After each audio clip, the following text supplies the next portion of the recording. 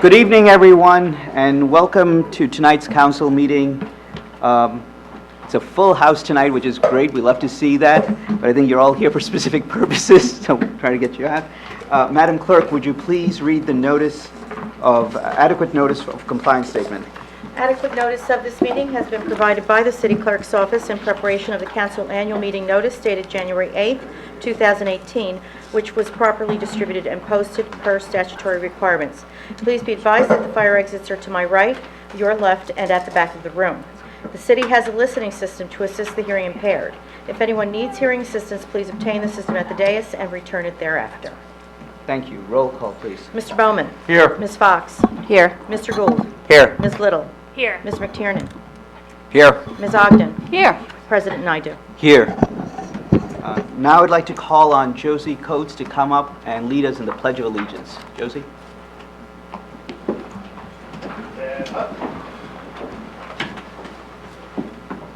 I pledge allegiance to the flag of the United States of America and to the republic for which it stands, one nation, under God, indivisible, with liberty and justice for all.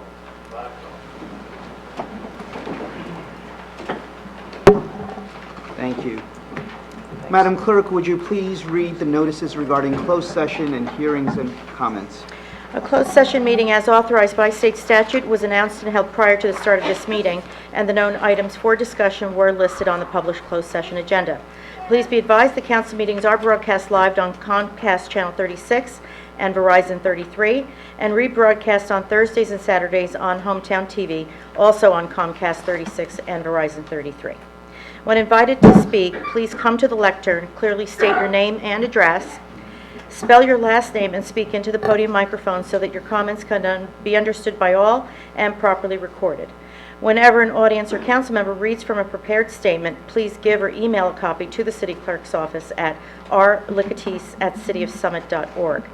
To help facilitate an orderly meeting and to permit all to be heard, speakers are asked to limit their comments to approximately 3 minutes or so in length. Unless you are using an electronic device to follow the meeting agenda or need it for professional emergency contact purposes, please turn it off. Thank you. Thank you. Now, on to minutes for approval. Do I hear a motion to approve the minutes of regular and closed session of March 20th, 2018? I move to approve them. Second. All those in favor? Aye. Aye. Abstain. Thank you. Moving on. Now it's the time for reports, but I'd like to do this out of order since our student, Josie, who's doing our historical minute, is actually missing something at the high school, so let's try to get her out of here as soon as possible. Josie, do you want to come up and give your historical minute? And when you're finished, if you have what you have in writing, please give it to the clerk. Okay. Thank you. Summit has a history steep in independence, and its story of becoming a township provides a lesson in the strong will and keen foresight of a few select people. Springfield, Summit, and New Providence were part of a larger area consisting of 1.5 million acres, purchased from the Lenape Indians in 1644 and named Elizabethtown after England's Queen Elizabeth. In 1793, Springfield Township, which included New Providence at that time known as Turkey, and Summit, known as Turkey Hill, separated from Elizabethtown. In 1809, New Providence and Turkey Hill separated from Springfield Township, but Turkey Hill operated politically under New Providence Township. By the late 1860s, Summit Township was growing increasingly irritated at New Providence Township's lack of care for Summit. One of the reasons for Summit's increase in demand for independence was its growing economy due to the railroad coming to Summit in 1837, thanks to a local sawmill owner, Jonathan Crane Bonnell, who had offered land at no charge to the Morris and Essex Railroad to build the rails through Summit. Because of the railroad, Summit began its shift from a largely farming community to a capitalist resort for the wealthy. Another notable person in Summit's history is G.J. Thabod, a New York lawyer and resident of Summit, who not only rallied residents to seek independence from New Providence, but secured the introduction of the bill to New Jersey House and Senate. As the bill was being passed through the House and Senate, he found a clause that had been slipped into the bill requiring a vote of people in each township, which surely meant defeat for the people of Summit. Thebaud alerted the governor to this, and the governor demanded the bill be returned in its original form, which was easily passed, as the act to form Summit Township was approved on March 23, 1869. Thank you, Josie.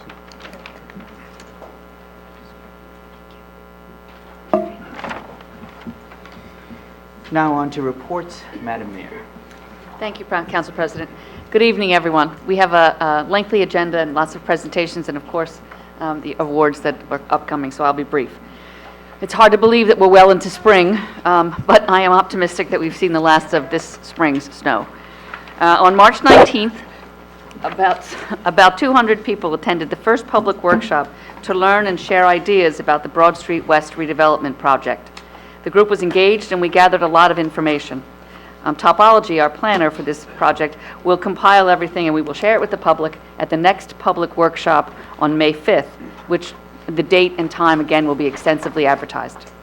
I encourage you to go to coerb.com/broadstreet to share your comments. You can find this on the city's website.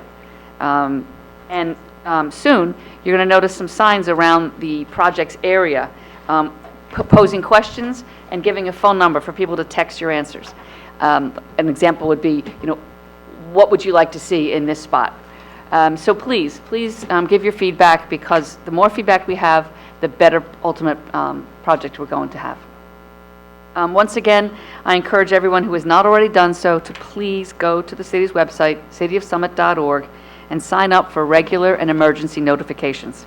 It really is the best way to get pertinent information from the city, especially in emergencies. And lastly, New Jersey Transit officials told me last week that they expect the Morris Avenue Bridge to be finished and open by mid-June.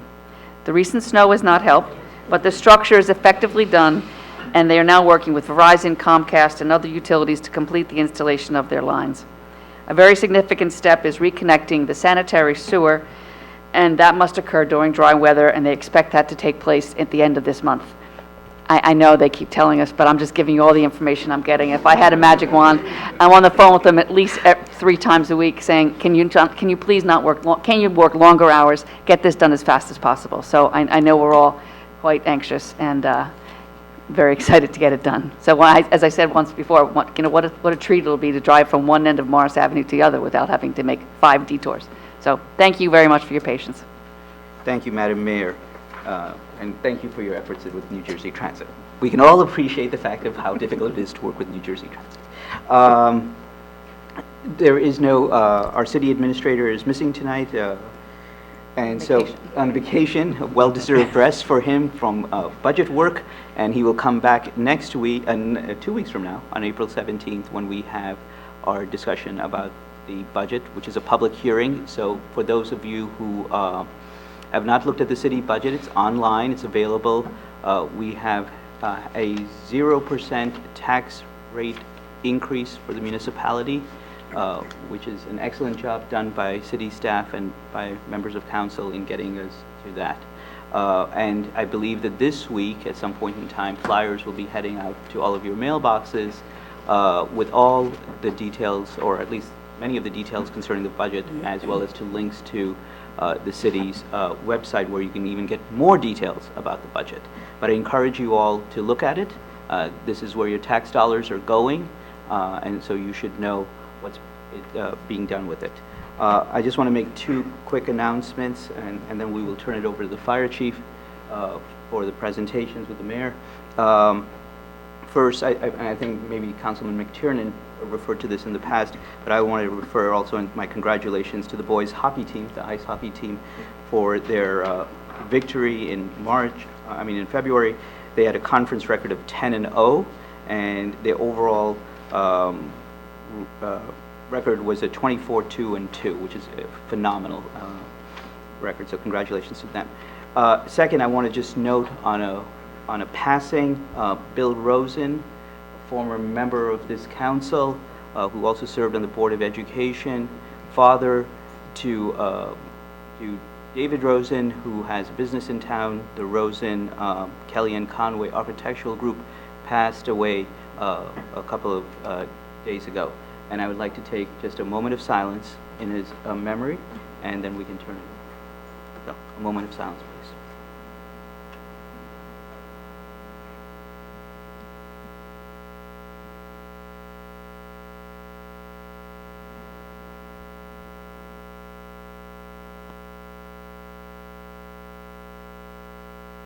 Thank you very much. Okay, moving on now to our awards presentation. There, that's your cue, Chief. Chief Eric Evers, please.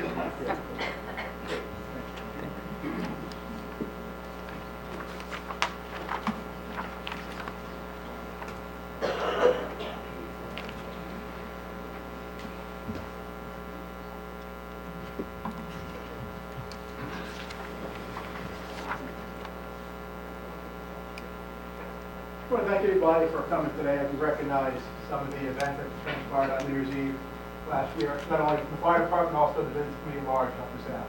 Before I do that, I just want to talk a little bit more about the firemen you see in this room today and the work they do every day to make Summit safe. When we're not responding to emergency calls, our guys are out there every day conducting life hazard inspections of all buildings in town. Another component of that is something we call planning, pre-planning. Our guys go out to every business, they look at the business has a significant risk either by hazards in the building construction. They look at all these hazards, bring information back to the firehouse, and they do a lot of what ifs with information. What if a fire occurred here? What if something happened? How are we mitigate these problems? We have to go to other towns, help us out. Take more information, they brainstorm, and eventually I can put it into a system on our computers. So we go to these calls, like what happened on Summit Avenue. We have a lot of information at our hand to help us safely mitigate. And the goal is to reduce property damage, ultimately reduce lives lost, people hurt. So, great thing to do every day. So I'll give them all a round of applause here today.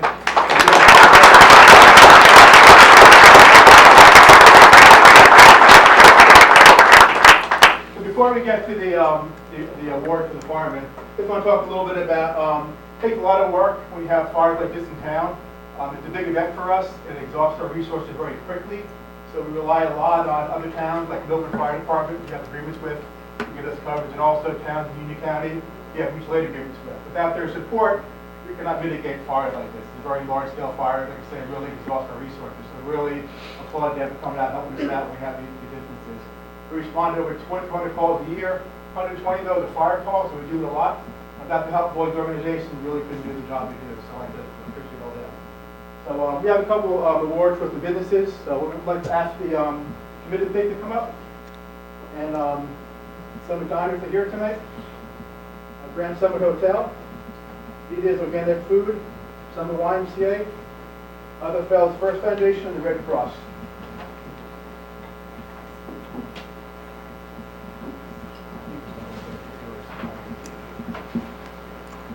So I'd like to start with thanking first the members of the YMCA. Terry Clinton, Paul Pastica were very, very quick to jump into action and say, what can we do to be supportive? They gathered and took care of it. It was the housing place for many pieces of clothing that were delivered. There were countless bags of clothing that were and dispersed to the residents of 125 Summit Avenue. They were a place where people could come and not just get some clothing that they needed, but also be comforted and listened. And I think that, you were a real community resource, not just handing stuff out, but really being there for people and acting as a go-between between people who had things that they needed and didn't know where to go, where to turn. There were young people out there with nothing but the pajamas and the socks. And then also the word got out right away quickly that people could donate gift cards and who helped organize that. So I really appreciate that. And then right after that, the next day, the Other Fellow First Foundation, thank you, Jordan, and you and Brett Hare, I know are the partners, I appreciate that, and Jimmy Cabarrus. Their mission is to very quickly, on a dime, be able to respond to anything that a member of our community needs in a hardship situation. So without a lot of falderall, without a lot of details and have to go through the issues, they have this streamlined system, and they were quickly able to raise close to $20,000 from the community for gift cards that the folks who were coming to you designated that they needed. And then also the Other Fellow First Foundation donated $6,000 of money that they had already in their coffers from donations that members of our community that regularly made to our various Summit organizations. So I want to thank both of you, your organizations, for the strong work, and just makes people feel that we care about them. And that matters.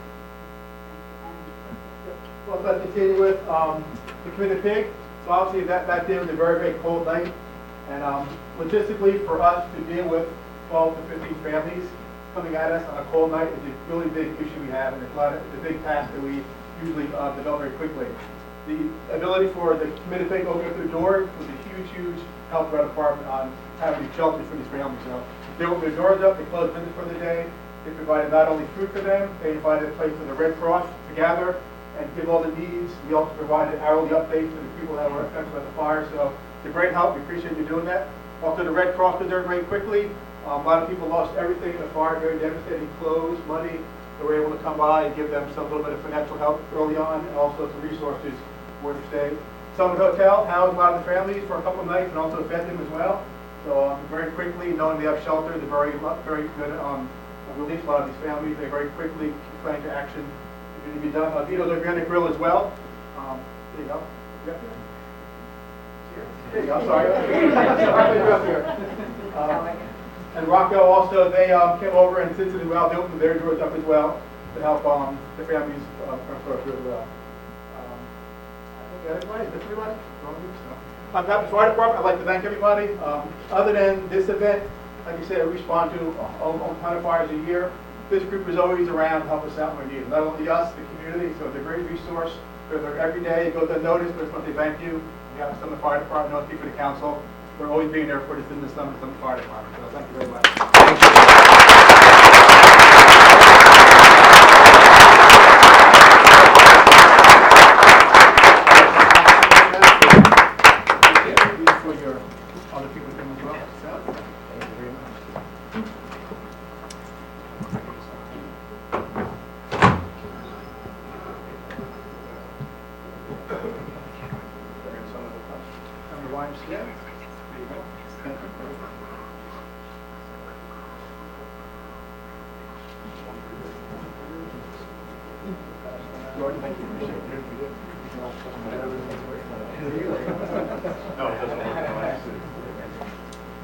Only good.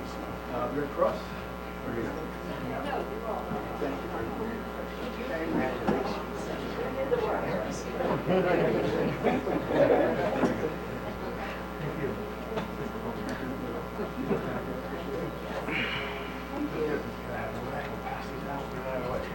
Stay up here for a picture. Don't go anywhere.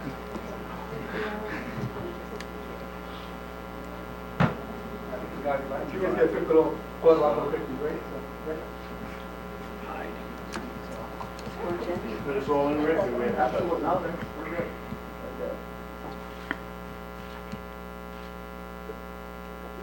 Thank you. Thank you.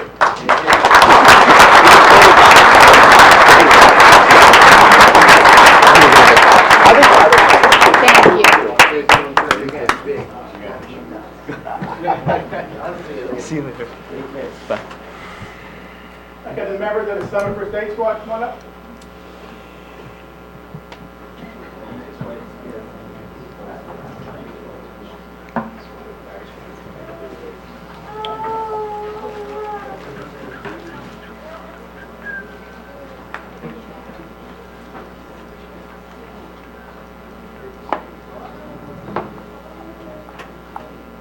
So during that night, we had two injuries, nothing serious. We had a lot of people who needed quick medical attention.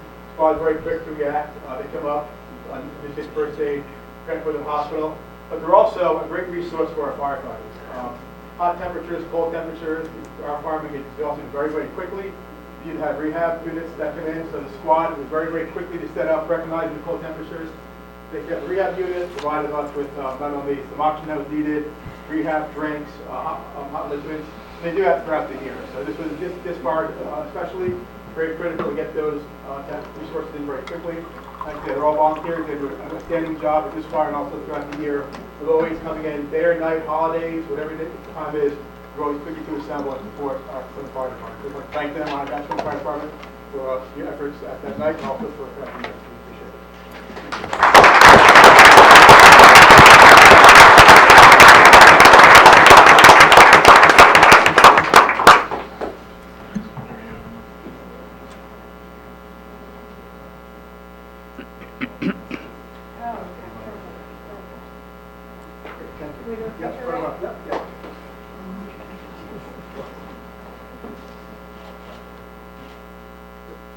Thank you.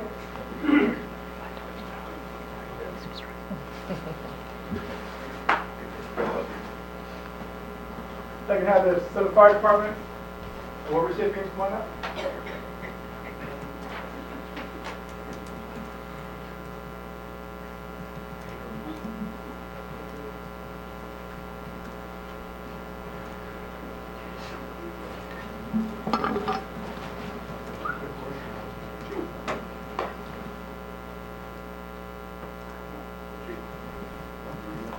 Yes, you're up, sir. Yes, please, Rudy, come on up.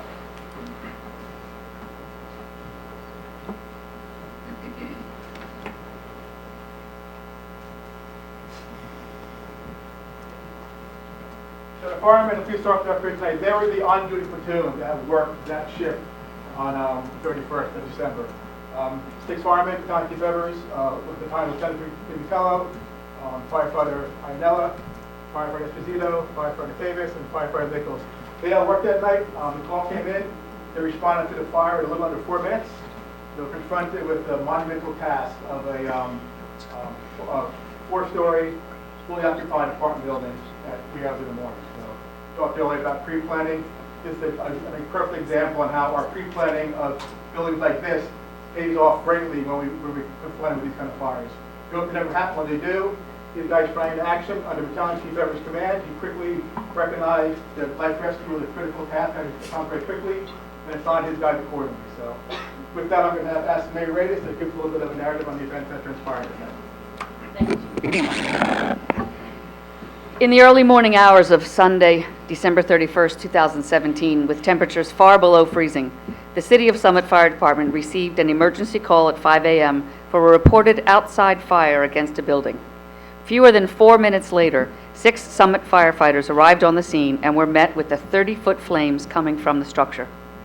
The incident commander, Battalion Chief Clint Evers, quickly established command and reported that the fire had spread rapidly to all floors of the 3-story occupied building with multiple occupants trapped at 2nd and 3rd floor windows. Rapidly assessing the magnitude of the situation, the incident commander ordered his crew to immediately begin rescue operations and ordered additional firefighter resources to the scene. As firefighters Jim Pignatello, Gabe Iannella, Brian Tavis, Chris Esposito, and Dwight Nichols began rescue operations, 3 occupants were forced to jump from 2nd floor apartment windows due to the intensity of heat and smoke in the building. 1 firefighter initiated patient care for the jumping victims, while the remaining firefighters focused their attention on the 2 other trapped occupants, one at a 2nd floor window and one on the 3rd floor. The occupant in the 3rd floor window was threatening to jump as heavy smoke was starting to surround him. Firefighters successfully calmed the occupant, raised a ground ladder, and safely rescued him from the building window. The firefighters, with the assistance of police officer Rudy Garita, then repositioned the ground ladder and safely rescued an occupant from a 2nd floor apartment window. Within 30 seconds of saving the 2 occupants, both windows became heavily engulfed in fire. The ability of these firefighters to respond to this fire in less than 4 minutes is a major factor in the successful rescue of trapped occupants in this incident. Their commitment to the Summit Fire Department, Police Department, and the citizens of Summit is acknowledged and greatly appreciated. I am proud of the fact that they have all presented themselves in the highest tradition of emergency services, that is, saving the life of another. Thank you, and congratulations, gentlemen.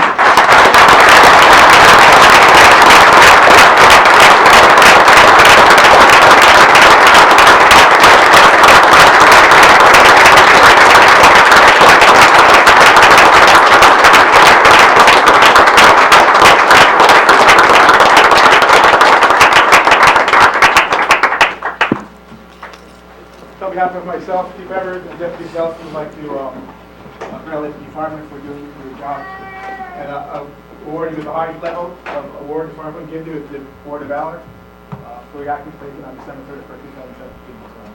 So, Clint Evers.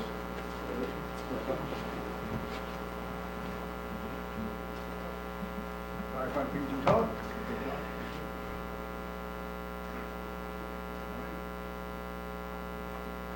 Gabe Iannella. Great job, thank you.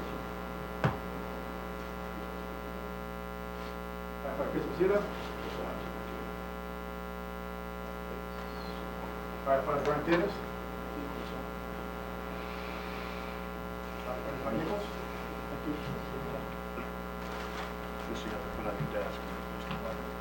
I'd especially like to thank, Mark DeGrody for his efforts. It's not always called upon a police officer to help a fireman out, and he very quickly sprang into action without even being asked, assisted our guys in putting up a ladder that ultimately saved the life of the last resident. So on behalf of the fire department, thank you, appreciate it. Congratulations.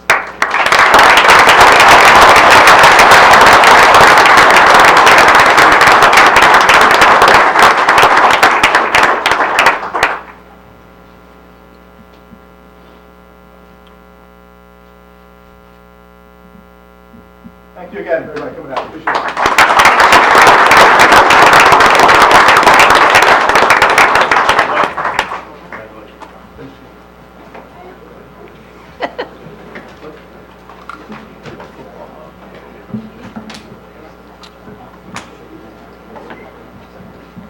Take a 2-minute break.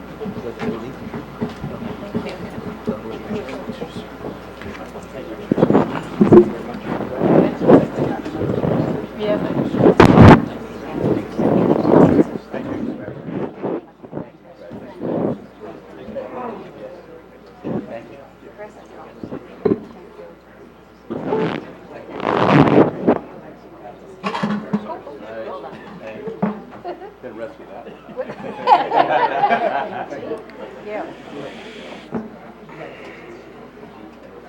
We will take a 2-minute break to let people leave, and then we can recommence, okay, for those who want to leave. But otherwise, you can stay. There's presentations, more meeting to go on. Yeah, there's a lot of good stuff.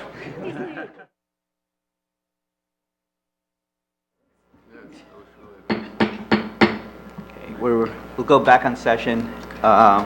We have 3 presentations tonight, the first of which is from the Summit Free Market. Chris Lee Joy, the Free Market Adult Mentor, and Emily Pommier, the Free Market Student Chair, are here to present an update. Come on up.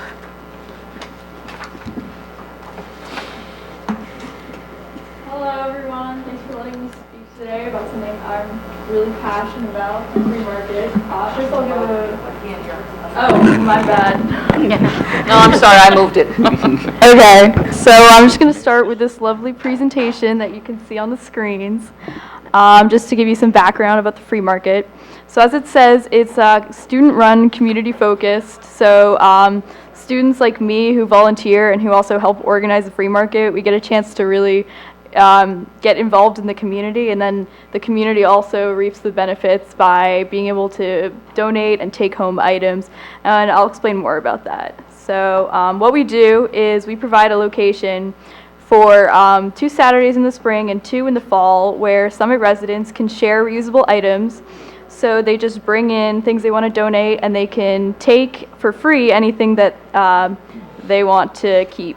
So this enables residents to avoid waste by facilitating the exchange of household items. And you can see in the pictures, we take anything from really big pieces of furniture to mugs and other kitchenware to paintings. So there's a really large variety. There's toys, which a lot of kids can enjoy. And then we also maintain an online presence, so I help run the Facebook. I created an Instagram account to post cute pictures to get more volunteers.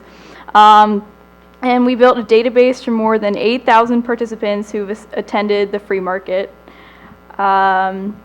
So as I said before, it's student-run. Volunteers like me help to organize the tables and help people carry things in and out and help the market run smoothly. And it's student-led because there's a leadership team, which I'm a part of, and other Summit High School students to help organize the free market and help plan it in advance. And of course, it's supported by adult volunteers like Mrs. Leah Joy.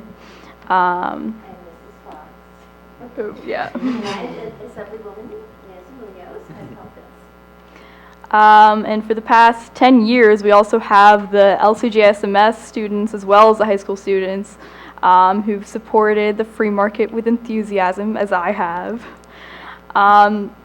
So the impact on the community is obviously we foster environmentally friendly practices of recycling To date, we've kept over 100 tons of reusable items out of the waste stream, which to me is a pretty impressive number. But we also provide residents in need with home goods, like as I said, furniture like these chairs or kitchenware, even decorations. So we have such a variety that people love to shop here, except that it's free.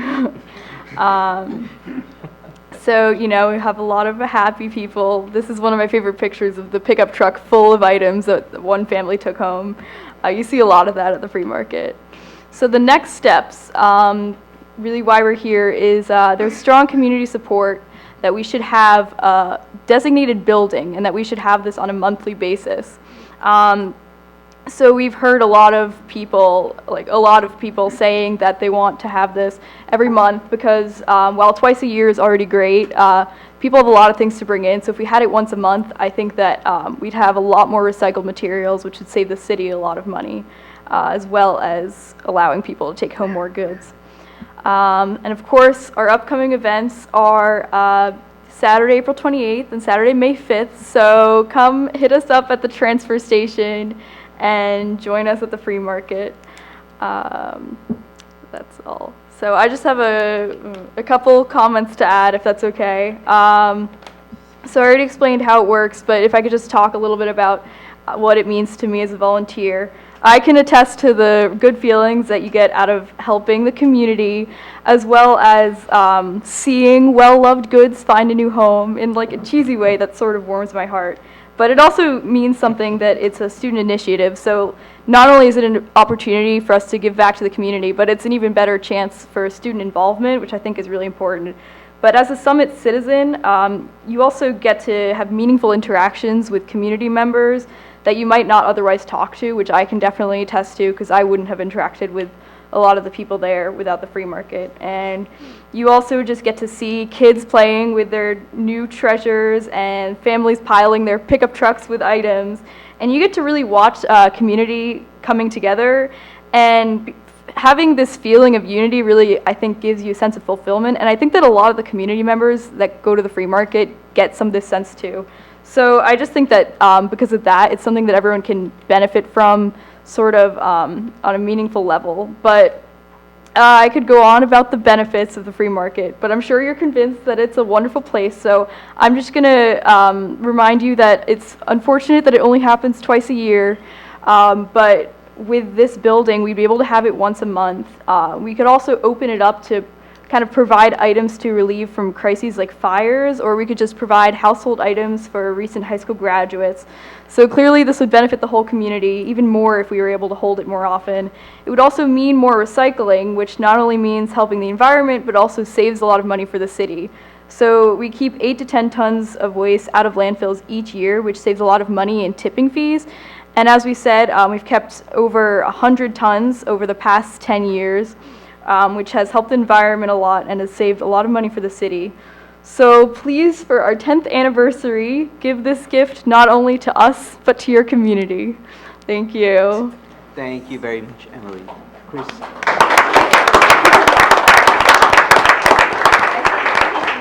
The biggest value to me is the students that we have had over these 10 years, and also the families that we've helped and the people that come together. So I just am looking forward to expanding on what we've done. So thank you. Thank you. As I've always said about this project, it's a win-win-win, right? It's a win for the environment, it's a win for taxpayers because it reduces the amount that we have to pay for tipping fees, and it's a win for the community because we're helping folks who are also our own folks in Summit with stuff that they actually need. And so it's one of these great things that we do. And of course, later on tonight, we will be voting on a resolution to approve an agreement between the Conservancy and the city in order to hopefully move forward with a permanent free market building. So the 28th and the 5th are the next free market dates. It starts at 8 a.m. 8 to 3 p.m. So, and I know that line becomes long as soon as those doors open. There are people out there. So thank you for coming out tonight. Thank you, Chris. Thank you, Emily, for your presentation. And we would also be remiss if we did not mention Amy Cairns, the city's communications director, who is intimately involved and works extremely hard in the free market and is also an adult mentor. Okay, moving on to our second presentation, we're going to have the Technology Advisory Committee report done by our chair, Jordan Green.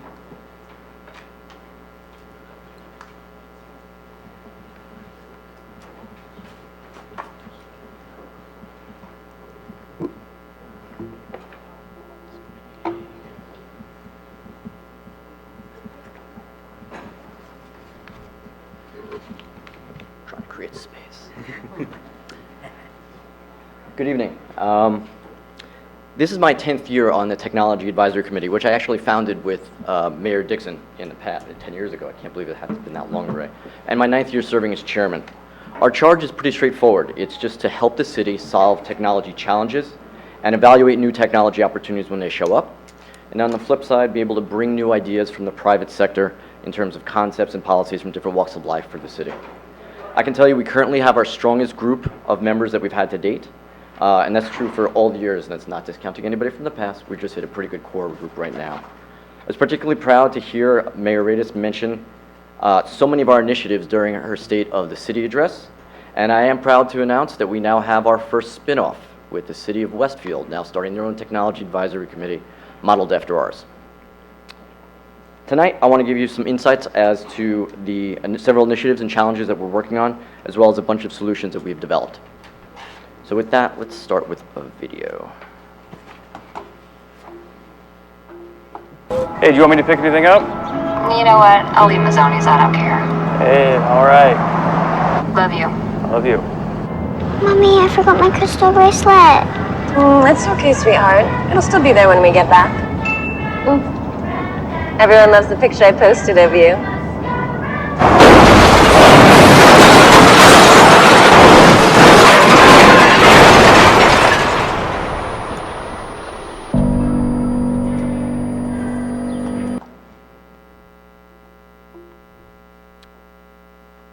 All right.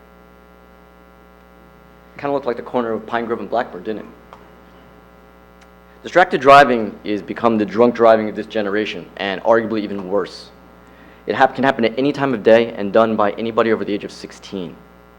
We've worked with Chief Weck for several years now, and he's done a great job of educating and enforcing on this topic. However, we need to further support his efforts in order to do more. So, the first current, easily implementable initiative that we developed, we call it Bluetooth by Parking Services. Really straightforward, kind of like when everybody had their first baby, you didn't know how to put that car seat into the car, so you went to the fire department in some towns, and sometimes you went to the police department. Well, here we'll be going to you'll be able to schedule time with parking services to have them hook up your phone to your car. Very straightforward, very easy. They'll handle, obviously once you have your phone paired to your car, it can handle calls, which putting a phone to your ear to make a phone call, that's been illegal for 20 years now. So anytime you see somebody doing that, they should just really know better. But you can also start doing more advanced functionality now as well through Bluetooth. People are changing cars and phones enough that expecting just the dealers to be able to be the ones that hook it up just is not realistic. So this is something that we can do at any time. It can be done every week. Our committee will work with the parking services group. We're going to give them a booklet as well as some training on how to do this for just about any type of car. So anybody can just make schedule time, go in, and they'll hook you up. This is a relative no-brainer to help out our police department and increase safety, if even marginally so. Here are a couple stats just for keeping score at home for distracted driving. 70% of people engage in smartphone activities while driving. 4 in 10 drivers will use some kind of social media while behind the wheel. Writing an average text message takes about 5 seconds, and at an average speed of 30 miles an hour, that means you can cover the length of a football field. And 49% of commuters admit to texting while driving. 10% plus of all fatalities are now directly traced to distracted driving.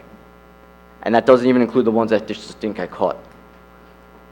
And yet, antithetically, 95% of drivers disapprove of distracted driving, but the math shows that they're still doing it. My personal favorite is that 10% of drivers believe that they can safely video chat while driving. I've worked in the mobile industry for 20 years, and I can tell you that there are more distractions coming, and in some ways they're getting worse.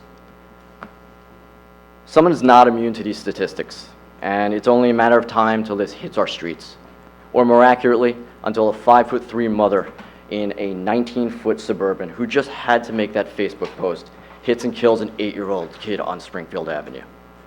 We have a chance to do the right thing now. Or to put it another way, do you want to be the city council that lets this happen on your watch? Our committee has been trying to make this a city council priority for several years now.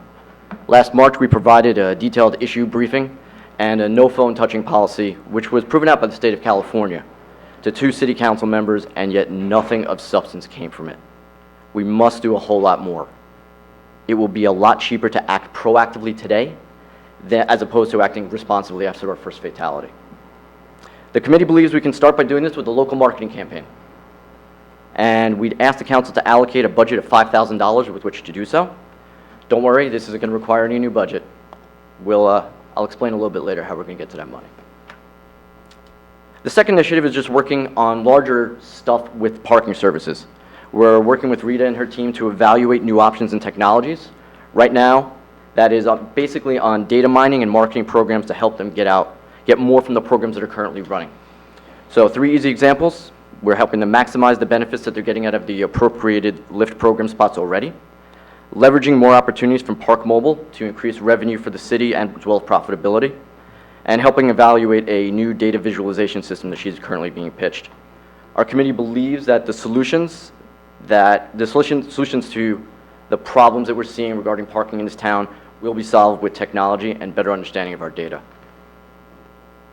We'll stop here for 2 seconds. Questions, thoughts?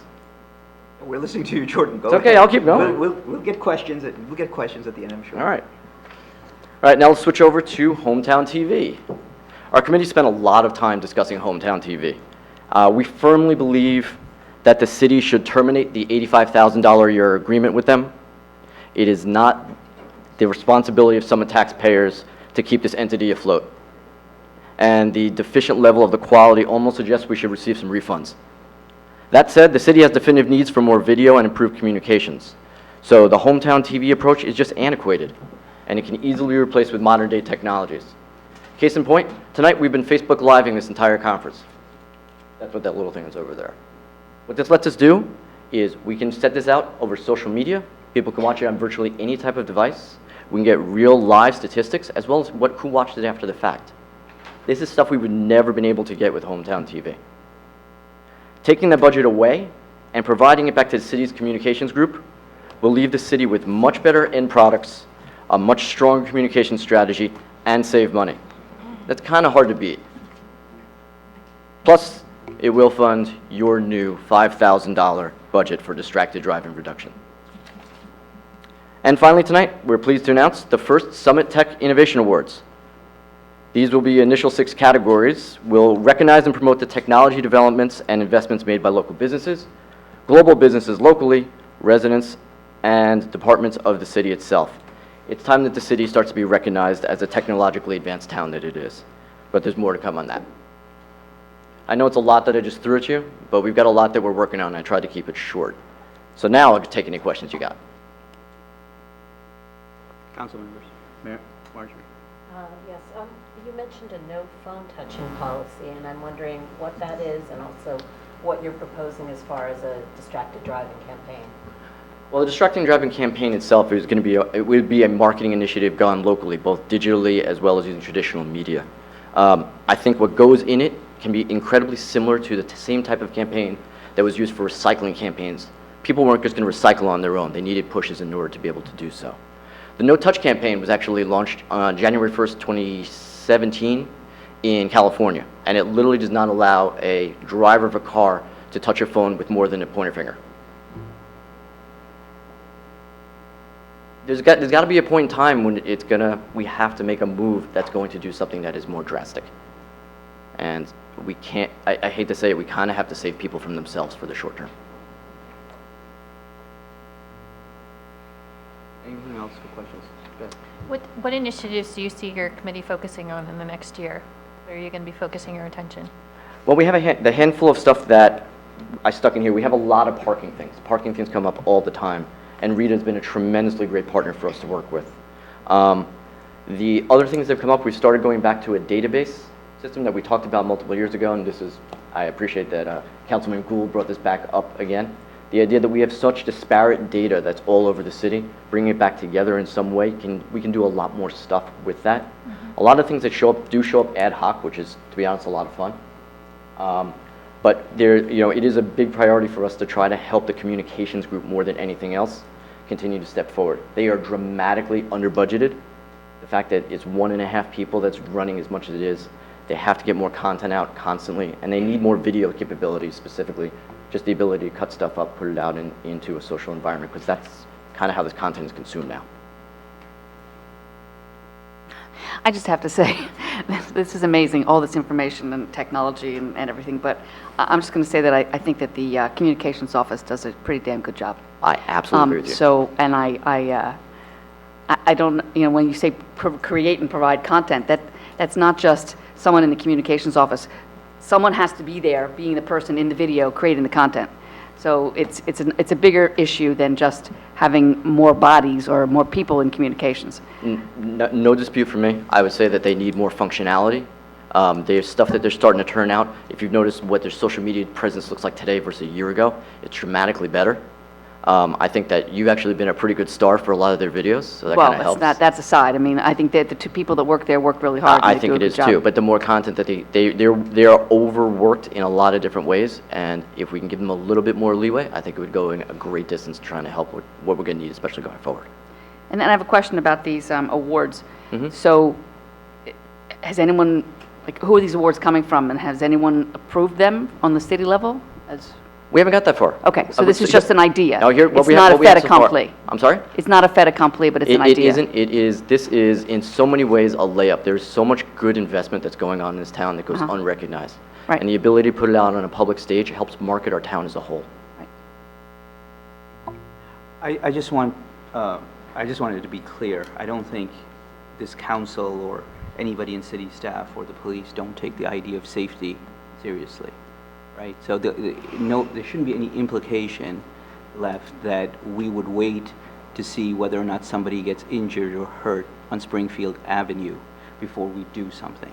That's certain. Let me just finish. Sure. Right. So I don't think that anybody should be unclear about the fact that we would take whatever initiatives are possible, regardless of the cost, if we thought that they were effective in achieving it based upon getting the advice of professionals as to what can and cannot be done.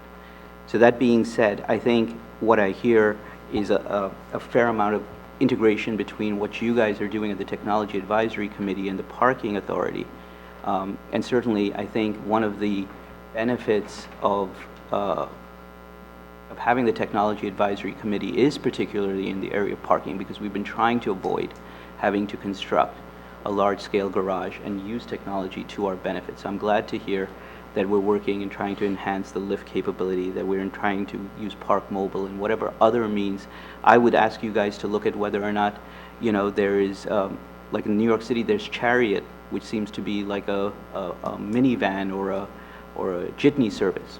Look into that, see if there's a public-private partnership that's possible with respect to that. But one of the other things that I want also, I would think that the Technology Advisory Committee could help on or be useful with, is we're going to be looking more at economic development. And I wouldn't say that you should, there's ways of getting to a smart city and using technology towards the smart city that I think would be beneficial.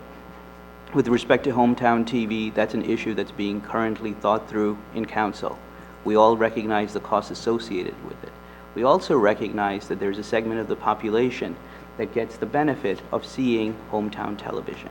And it's a balancing act for us, because one of the things that you don't want to do is deprive that segment of the population that may otherwise not have access, and don't use Facebook, and don't do live streaming, and don't get on the computer, but simply turn on the old-fashioned TV, turn on the channel, and look at it, and get information. That they shouldn't be deprived of having the transparency of their government displayed to them, and to understand what's going on. And so, while we understand the costs associated with it. It's something that we are discussing internally, and we'll figure out how that goes. But we appreciate the fact that you guys did look very carefully at that agreement and came up with some suggestions and ideas, and something that through your council liaison, certainly it's an issue that's still live, still under consideration, and we'll give it further thought. We're the only town that pays full dues to Hometown TV. We paid them $85,000. That's half of their operating budget. Okay, actually, they don't have an operating budget. We just see financials after the fact. We can play this all the time. How about this? If we just went to a la carte like everybody else, what's wrong with that? I don't disagree with you. If you want to be able to program on regular television, that's fine. And we're not necessarily, by the way, against that. Just not this cost structure. Jordan, I assure you, we are considering exactly the same set of issues. But we understand also that this was an issue that was raised by the Technology Advisory Committee last year. It was among the things that you guys had raised last year. Last March, David, I'm sorry, Council President. Yes, we're going real slowly, and it's drip, drip, drip of taxpayer money. We could just use it for so much better stuff. This is a different council. This is different. We're looking at it differently. We'll think about it differently.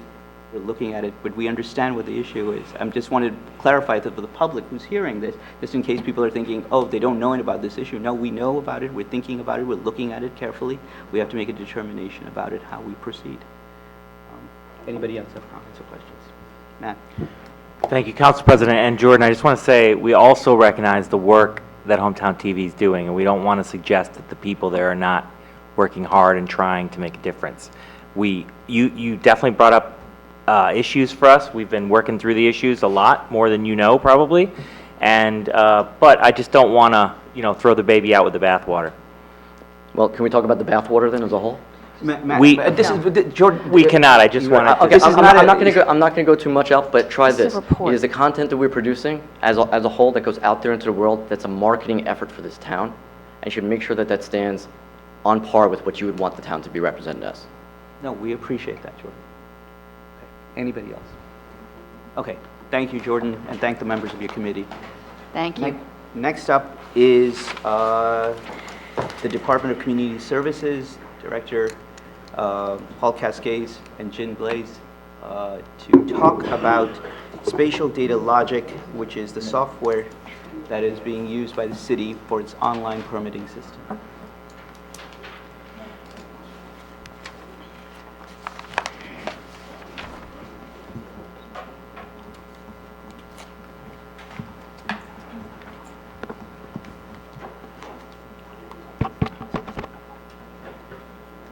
Okay, so thank you, Council President and members of the governing body for allowing, can you hear?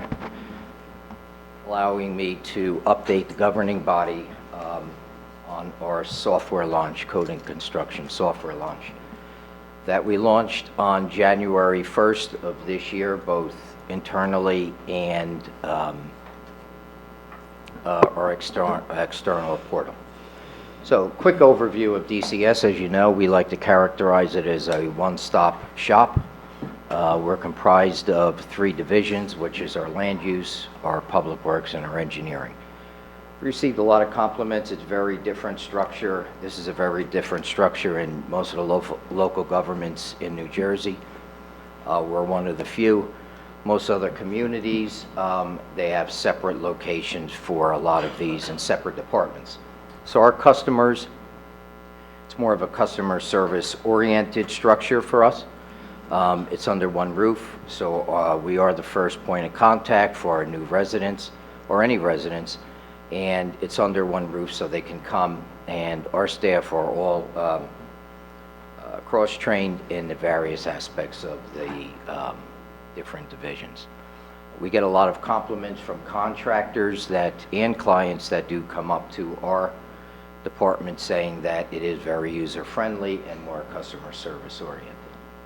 So, moving forward, one of the reasons why we explored new software in code and construction, we were receiving over a period of time complaints about basically the timeline permits were being issued. So, and also more transparency. The software that we decided to move forward with, which is Spatial Data Logic, which we commonly refer to as SDL, offers an online portal for our customers, our residents, our applicants, contractors, to be able to go online. It offers more transparency. Before I go forward, though, I want to make sure that everyone knows that this process was a long process. This started in the first quarter of 2016. We did a lot of research to make sure that this was a software that we wanted for Summit. Summit is very unique, and we do extensive research before we implement. So some of the misconceptions that we were seeing and SDL will be able to address with the online portal through transparency is the 10 and 20 day review process. So statutorily, we are required to review zoning reviews within 10 days and our subcodes, construction and code, within 20.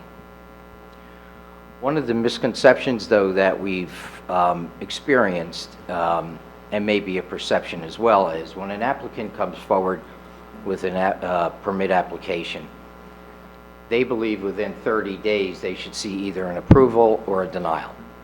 What we typically see is a lot of applications that come in are incomplete.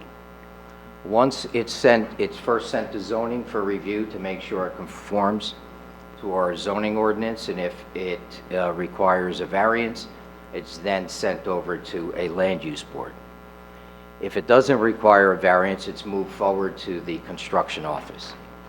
In the event there's any, if we require modifications or additional information, that timeline begins again.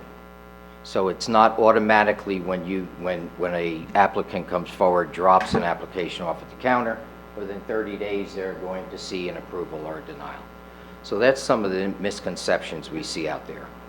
There are times where a lot of applications may go back and forth, and it may take months for an approval for a permit. One of the things that we always look to improve our customer service experience at DCS. We've actually installed a mural and just identifying who we are and what we do. We also have a television monitor in the lobby area, which we will be producing small, short educational videos and how processes work within our department, how to apply for a permit, a grading permit, so on and so forth. We've increased our computers at the counter to be able to serve, have our staff, 2 staff members serve the public at one time. SDL will modernize our public experience. It will allow for the public to no longer have to come to the counter to look and see where their application is in the process. It'll be at their fingertips. They'll be able to use their iPhone, computer, and be able to see where they are in the process. So, I know I provided council, the governing body, with a memo that has more detail on how we got to where we are today. As I mentioned, this started in the first quarter of 2016. It did take some time. We did research. We interviewed 10 municipalities that implemented SDL and had it in place for over 5 years. All of those municipalities were happy with the results. Out of the 10, 2 of them had the online portal and did share that their customers and their residents were very happy with the use of the online portal. We also interviewed 2 of the divisions at the state level to make sure that what we were looking to do, we were able to do. The state of New Jersey actually regulates what is required to be sent to them through the software. There are about 13 approved softwares that the state recognizes.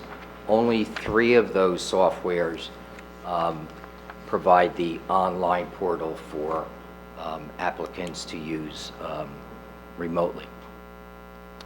So we did look at the other various software vendors, and we found that SDL was the application for Summit. I can say that it was a long process, as I mentioned, but I can tell you it was very successful. And only because of our staff embracing the change. We had a legacy system that was in place for about 27 years, and it was a big change. It was one of the larger changes for the city as far as software. And also the good communication and relationship we had with folks at SDL. And I must mention that today with me, and also that will be presenting, is Jim Blades, the Assistant Director of the Department of Community Services. And with us is also the President of SDL, Jack Flood, and also Tom Hurley, who represents SDL. So if there are any questions regarding the software, they're here to answer any questions. Some of the challenges we have going forward. State of New Jersey does not permit digital online plans at this time. There are states that do. It's been successful. New Jersey is not there yet. They do have a pilot program. They're working within the state where they're accepting digital plans in their own, at the state level through their own construction projects. They want to work out some of the kinks, and when they've shared with us, once that is done, they'll open it to other forms, to the other government agencies, which will be then county governments and local governments. Being that we do have SDL, we will be ready at that time. SDL does have the ability to be able to accept online digital. So Summit will be ready once the state does approve it. So in the 12 weeks that we've implemented it, we've had about 100 or so online users, which we're hoping that that continues to move forward. This will help realtors. It'll help folks not having to come to City Hall on a daily basis to see or ask questions regarding their permits. Realtors especially that look for certain information when they go to sell a home or list a home, this is very valuable to them. So we're going to be working with them shortly to make sure they're on board with it to reduce the amount of trips they have to make to City Hall. So at this time, I want to turn it over to Jim Blades, who will now talk about the 3 access levels of the software and give you a snapshot of what you will see if you do go online. Good evening. Like Paul mentioned, the portal has 3 levels of access: staff, the active applicant, and then the public version. Tonight I'm going to show you 2 of them, because the staff version we're privy to cell phones and so on and so forth, and we're not going to do that in this space. But again, like Paul mentioned, the SDL portal is really helping the staff to have a clear line of communications with the public, with the applicant, the GC, whoever's involved in the application process. It increases transparency, and everyone's on the same page. And like Paul mentioned as well, for realtors who need to know any active or open app permits on their property, instead of coming to City Hall, they can, or call in, they can check online Sunday night at 2 a.m. to see what's going on with their property, and it just gives more information to the public at any point in time. So the portal is sdlportal.com. It's also accessible through our website. When you log in, if you do not have an account, where my mouse is right now, you can create an account. It's a 1-page or 1-screen, create your account, very simple to walk through it. We're not going to do it at this stage. But once you do have an account, this would be the home page, and it welcomes you back. If you're a member of the public, for example, a realtor, and you want to know if there are any permits outstanding so you can close on the property and move forward, on the right side, you're going to put in your property in question.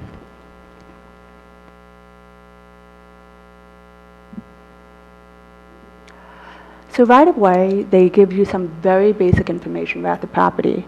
On the left side is the Google Maps side, and on the right side is the street view. So the realtor can see right away that this is the property he or she would like to look at. Again, some basic information about the property. We do redact some of the information for the public site, obviously not for the staff site, just for privacy purposes. If you were a realtor, the thing that you're the most concerned about are permit applications. What's open, what's closed, so you can move forward in the process. And this is where you're going to see that. Now, so you go through the permit applications, anything that's open, you can click on View and get more details of what you need to do to move forward. You can also look at inspections. If you already know you have an open application, the permit's been issued, but you have to close it, you can click on the inspections and see where you stand as a realtor, what your GC need to do to move forward in the process. So again, that's the public view. Now, if you had an active application open, once a permit is issued, it's publicly accessible to Oprah, so on and so forth.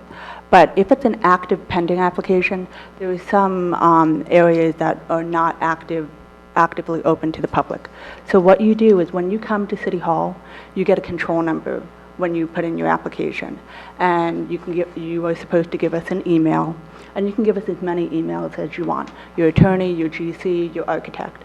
So that way, we can put it in the system, and every time there's an update, everyone gets the same email with the same amount of information. So if you were to go online, that security level of having a control number, you would put that on the left side of the screen. Again, that's not accessible to the public. You have to have the control number. And this is what you're going to see. So SDL, it's almost like tracking a FedEx package. You can just visually see from point A to point Z where you stand in the process. At the top, it'll just give you a summary. This is an alteration. It happens to be an alteration. It's ready for pickup, so that's why we are accessing it now. It's an example of an active application. You can see what's passed and what's failed, and when you click on more information, it'll bring you all the way down, and it'll tell you what is happening with each subcode.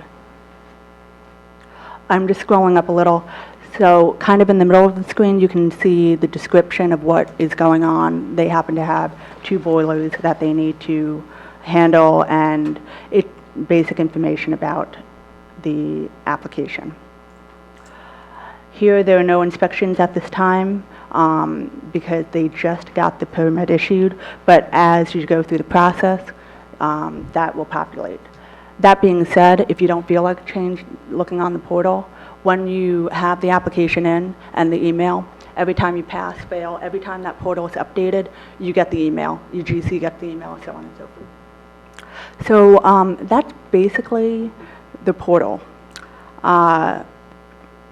Where we are now, so we're about 3 months into the process. Our staff have really come a long way in terms of learning everything, because not only, again, like Paul mentioned, they had to go from a legacy system to what we're doing now, but they had to learn the desktop staff version, and then they had to get familiar with the public version. So we kind of opened up everything at one time.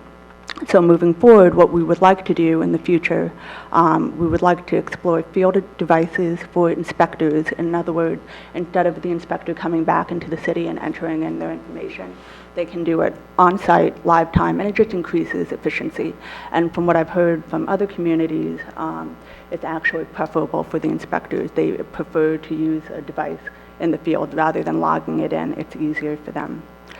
SDL has been able to we are more accountable through technology, and that's been great through timestamps. We know exactly what's coming in, so on and so forth, and SDL does a lot of improvements to better enhance the public experience in the site. Like Paul mentioned, our next step is to increase our outreach to realtors and the public to really get people involved in using the portal. now that the staff have kind of come up to speed on what they need to learn. Again, SDL portal is on our website, the cityofsummit.org website, and you can access it that way. Before I open for questions, Paul and I would like to thank and recognize our entire team, but very much in particular a woman named Donna Getty, who's a technical assistant, and she was instrumental from the user end standpoint in her feedback.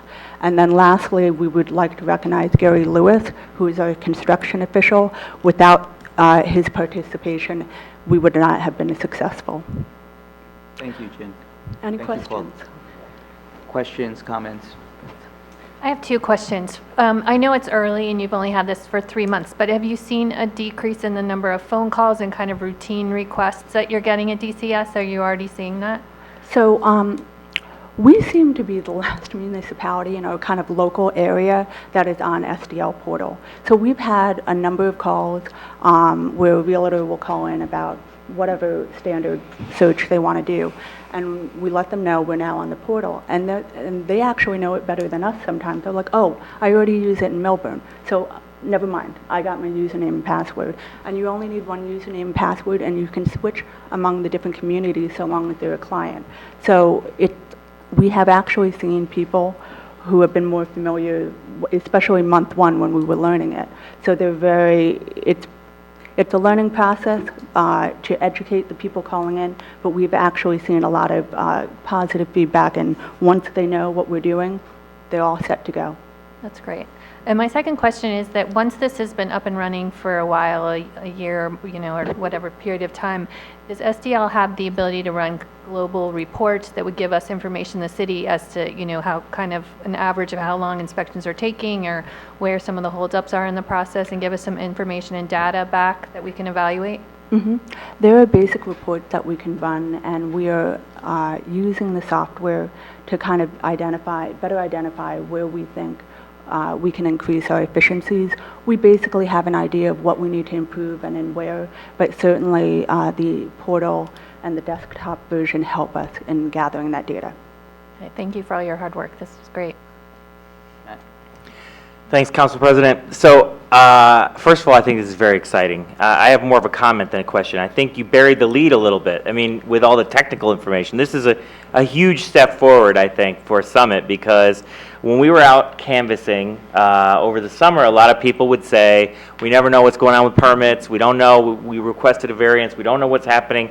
And I do think that a lot of contractors and workers would take that opportunity to push blame onto our fine city workers who were moving along quickly, and now there's nowhere for them to hide. So it's a major step towards transparency, accountability, and it's a major benefit to our citizens. And I think we just need a good publicity plan to get this out there, because every time somebody wants to do a renovation, they're going to go through this process. They're usually going to be new to it, as you pointed out to me, Jen, and they're not going to know how long things are supposed to take. And when they have this, you say, you can see it right there, and I think that's going to make everyone happy as soon as everyone starts using it. Thank you. Any other questions, comments? Michael?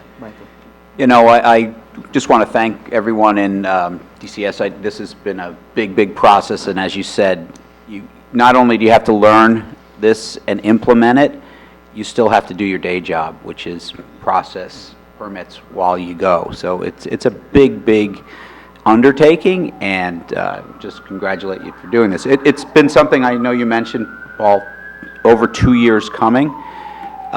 And it's great to see. I know we spoke a lot about this over the past couple of years about, the ability to track your permitting process like you can do on UPS package, et cetera, and this is fantastic. I guess one thing, just a question, would be one of the things that sounds like that is holding this up to make this process even more efficient for the end user, which is our homeowners or people trying to improve their homes, is this tie-up with New Jersey and online, taking online documents and things like that. And it sounds to me like there's a lot of communities now who are using this software, so maybe this is more a question for the gentleman from SDL, but is there some sort of process that we can be engaged in that would help push New Jersey, our friends down in Trenton, to make this a little bit more, 21st century? No, Come to the podium, come up to the please. podium. Sorry. And please identify yourself. Hello, my name is Jack Flood. I'm one of the principals of Spatial Data Logic and live in the town next door, and very happy to have you guys on as a client. Your question on trying to get Trenton to move is a question that I think a lot of people have in a lot of different areas. My experience with my communications with the folks in the DCA down the state of New Jersey is they are making progress towards the concept of electronic signatures, and that's the one major stumbling block of accepting that in DCA. The second one is in all of the raised seals and the concept of an electronic seal, that when you're dealing with all the architects groups and then all the engineering groups, they all have to come to that standard and be able to understand that, so that when they get that sealed set of plans, and if you're getting it electronically, that communication comes back and forth. And as you might expect, that's a pretty complicated legal ground that has to be worked out with all those different parties. But all I can say is that, back to the council members and anybody else, is keep pushing, keep asking, keep prodding, send letters, keep stating to your various different folks as you move up the chain, to freeholders, to state senators, to even the governor, about the more efficiency that they allow you to do is going to make our ability to extend it back out in the software for your citizens. So, thank you very much. Thank you. Jen, I have a question. When, or Paul, when people come to the counter with their permit application, what sort of concrete information are they given about how they can track this through the portal? Because it's as recently as last week, I've had people emailing and coming and saying they're still going to the counter, and these are applications that were made in the first quarter. So what are they being told, and can we help somehow have is there a better communication tool that you think is necessary? And Paul can expand on this as well. The first quarter, we really did want to get staff fluent in the staff version and the public version. So now that we've gotten to that point, we are going to be working with our we did a very, very brief outreach in January when we launched with our communications office to get the word out. But now we're going to the second phase of that promotion, and when people come to the counter, we let them know. We had some signage out there as well, but unless they are familiar with it, contractors are familiar with it, realtors are, but the general public resident may not be. And so then that's more of a comprehensive walk through everything. And depending if we're 20 people deep at the counter, we're not always able to do that. That said, we have everyone's email information, and we do try and follow up to kind of walk them through the process. But we need to do a better job in terms of general outreach and being comprehensive. Right, like a handout with them when they're at the counter and they're making an application, just something to just. We have a handout that we had, and we had it posted at the counter. It's basically the website. A general marketing piece on here's where you go to log in, create an account, and so on and so forth. Perhaps if they did not get it, perhaps we ran out. But certainly, to your point, that's good to know. Thank you. And also, Mayor, if I can add, we take the opportunity now too. We receive a lot of electronic OPRA requests, number of them. Our department has to respond to weekly. We respond to those, provide them with the information, but we also we'll share the link to SDL where they can actually go forward and go through SDL if they like to get that information, because most of it is through realtors, the OPRA requests. So we're sharing that with them where they don't even have to submit an OPRA to us. They can go right to the SDL portal, open an online account, and be able to obtain that information. Thank you, and I'd be remiss if I didn't add my thanks, because I know how hard you guys have been working, and I've seen all the hours of training, so thank you very much. Yeah, thank you. Mary. I also want to congratulate you. I know it's been a long time coming, and yay, we're here today to celebrate this. But just the data input, that will be your office exclusively inputting, and contractors can input data? So is that the only two? Because who else can input data and who oversees that? It's our office that inputs the data. Okay. So all the data gets input. And contractors? No contractors. No contractors? No. Oh, I misunderstood No. that. All right. They're able to open an online portal and just visually see where the application is in the process. Okay. So we do all the importing of the information. Okay. All right, I misunderstood. And- I thought and- you said, Right. right, okay. And we also, I have to recognize SDL for the good work they did for Summit, because it wasn't just a out-of-the-box software. They spent many hours customizing the software to Summit's needs, which was very different for them. Most of the communities they work with, they can go in, install SDL, and be up and running. Our needs, we worked off of another legacy system. There was information there. All of that was downloaded to this system, so we didn't lose anything. But there was also some customizing that we wanted done to meet our functionality in our process. And as Jen had mentioned, I have to recognize the staff who really embraced it, including our division heads who really pushed it forward and made this happen, and the support of the governing body to move it forward. Anybody else? Hold on a second, Jack. Let me, okay, come on. Let's have just for public comments, and then I'll close it out.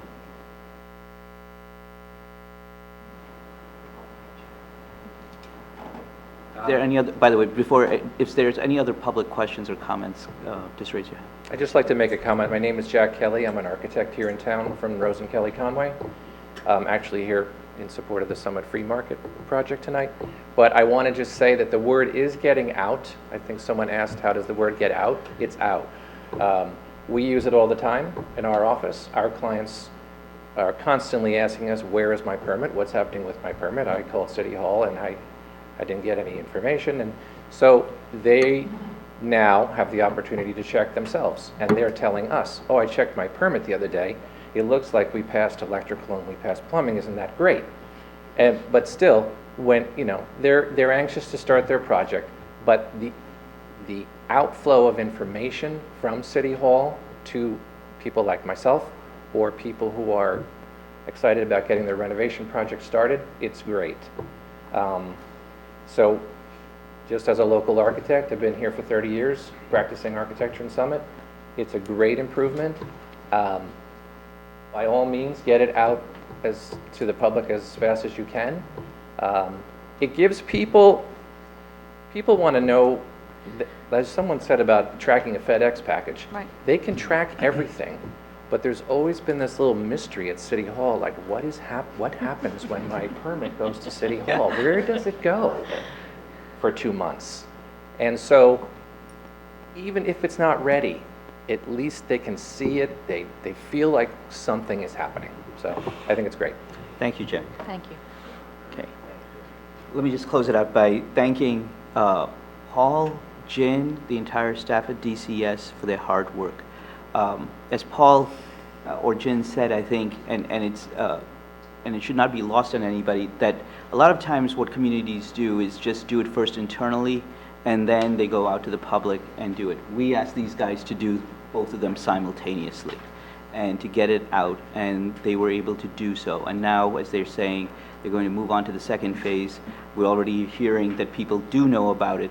We'll get it more out there. Councilwoman Little raised a really good point, which is with respect to our own internal getting numbers and seeing how things are done, both from an efficiency standpoint, but also just as far as how the process, with the smoothness of the process, is there ways of improving it and so forth. And I think that probably either later this year or hopefully next year again, we'll have a presentation with much more updated data. But that is not to say that this has not been, you know, I remember 2016 when I, Richard Sun, and all the folks, Mike and so forth, were involved in this beginning of this process. So Mary to get it off the ground. And now we are here and accomplishing exactly what we thought we could accomplish, which is to get people to know about more information so we don't have that issue of that it's a big black box that people don't know what's going on. And so we're on our road to do that, so thank you very much, and I really appreciate it, and thank you for the presentation. All right, that ends our presentations for tonight, and we're only at 9 o'clock. And then there's the rest of the agenda. Okay, now, if there are any public comments on matters that are not on the agenda, please come forward and speak. Okay. Seeing none, we will then proceed to ordinances for introduction. Okay. Madam Clerk, well, actually, yes. Could you read the first ordinance for introduction, please? An ordinance amending Chapter 7 Traffic, Section 7-8 Parking, subsection 7-8.5, parking time limited on certain streets of the Code of the City of Summit. Councilwoman Ogden. Yes, thank you, Council President. This ordinance 5632 for introduction is to increase the hourly fee for all 90-minute meters downtown. The last time the city increased our rates was 2006.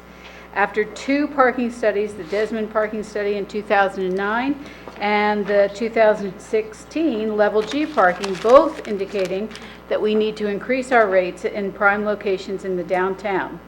This change will coincide with the installation of the kiosks on the north side of town and will take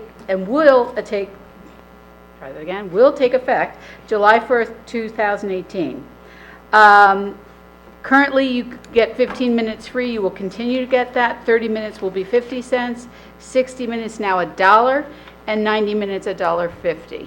At this time, I would like to move this ordinance for introduction. I second. Okay. Roll call, please. Mr. Bowman? Aye. Ms. Fox? Aye. Mr. Gould? Aye. Ms. Little? Aye. Mr. McTiernan? Aye. Ms. Ogden? Aye. President Naidoo? Aye. Okay, moving on. We have pulled safety, so the next one is finance and personnel. Madam Clerk, would you please read? An ordinance amending Chapter 25 Sewage and Wastewaters, Section 25-6 Sewer User Charges of the Code of the City of Summit. Councilwoman Little. Thank you, Council President. This ordinance is essentially an ordinance that's going to streamline the procedure for setting the sewage fees each year. Currently, we do it by ordinance, and so we have an ordinance for introduction, as I'm doing now, and then we set an ordinance for hearing, and that's the time that we set the sewer fees. We looked at the statutes, and it was brought to our attention that it does not need to be done by ordinance, it can be done by resolution. And so we've been asked to change it from an ordinance to a resolution so that it will be more efficient and cost effective. So we'll be doing that by resolution. I want to make note that the same information will be presented to the public, the same transparency in the fees, and there will be opportunity for public comment when the resolution is introduced. So this is really just a streamlining of the procedure. And then I would also like to note that it is changing the due date for the fees from September 1st to June 15th, and that is because in the last few years we've run into cash flow issues with our sewer fees, and this will allow for better cash flow and better operation budgets. I'd like to introduce this ordinance for, I'd like to move this ordinance for introduction. Second. Roll call, please. Mr. Bowman? Aye. Ms. Fox? Aye. Mr. Gould? Aye. Ms. Little? Aye. Mr. McTiernan? Aye. Ms. Ogden? Aye. President Naidoo? Aye. Okay, moving along, buildings and grounds. Madam Clerk, would you please read the ordinance 5616? An ordinance granting permission to hold a private sale of a portion of the real property on Block 3204, Lot 7, located at 1000 Summit Avenue in the city of Summit, County of Union, New Jersey. Councilwoman Fox. Thank you, Council President. Ordinance 5610, this ordinance for introduction will allow the City of Summit to hold a private sale of a piece of property along Summit Avenue starting from the First Aid Squad to Morris Avenue. It extends approximately 175 feet. This property, known as Block 3204, Lot 7, is a panhandle-shaped piece of property, and because it's only 14 feet wide, it's not used for any purpose by the City of Summit, and it must be maintained by the city's Public Works Department. So because it's no longer needed for public use, Council has passed a resolution on September 19th, 2017, allowing the purchasers, Manny and Adriana Costera, to subdivide the city-owned Lot 7. And the zoning board has conditioned the approval of the construction of two-family homes on lots 8 and 9 by the Costeras, and that's on Morris Avenue, 248 and 250. Actually, I'm not sure about those numbers. So the construction of two-family homes on lots 8 and 9 on Morris Avenue by the Costeras, the approval is conditioned on the purchase of this property, of this portion of Lot 7. I hereby move this ordinance for introduction. Second. So we're clear, the hearing date for this ordinance will be May 1st, 2018. Roll call, please. Mr. Bowman? Aye. Ms. Fox? Aye. Mr. Gould? Aye. Ms. Little? Aye. Mr. McTiernan? Aye. Ms. Ogden? Aye. President Naidu? Aye. Okay. Moving along now, we're to resolutions. The first one is Buildings and Grounds 5660.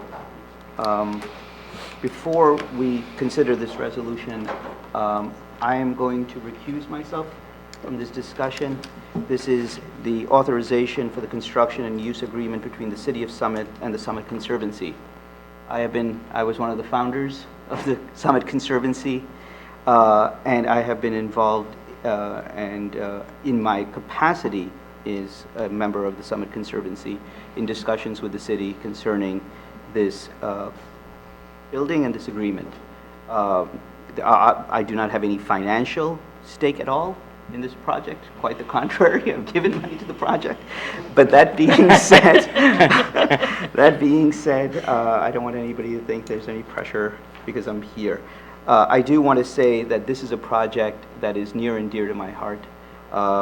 We started back in 2014 with this, and not because of anything due to the city, but because we had to deal with the county and because we had to deal with Green Acres and so forth. We ended up having to be able to discuss this agreement only now. But this has been something that's been looked at by the planning board, and I thank them for doing it. And with that, I'm going to turn it over to Council President Pro Tem Matt Gould to lead us. You stay here. Sit down. Okay, buckle up. Okay, Councilwoman Fox, can you talk to us about this? Sure. Thank you, Council President Gould. Buildings and Grounds Resolution 5660 is to authorize the execution of a construction and use agreement between the City of Summit and the Summit Conservancy for the construction of a free market building at the Summit Transfer Station. This resolution authorizes the execution of an agreement between the city and the Summit Conservancy for the construction of a free market building at the transfer station. The Conservancy has fundraised and has offered to construct the free market building. This agreement establishes the process and the responsibilities of both parties to the agreement. The Conservancy has raised funds for this project through public donations and as well as a grant that the city received in the amount of $10,000 from Sustainable Jersey for this project. This project has the strong support of Summit residents and, as you heard earlier, from the Free Market Committee as well. And there are a lot of residents who have asked for a free market more than the 4 weekends a year that it's currently held. And this project will allow us to do exactly that. It will also provide a space potentially for environmental education activities close by the Passaic River trails. For these reasons, I enthusiastically move this resolution. Second. Okay, do I hear any comments from council about this resolution? Councilwoman Little.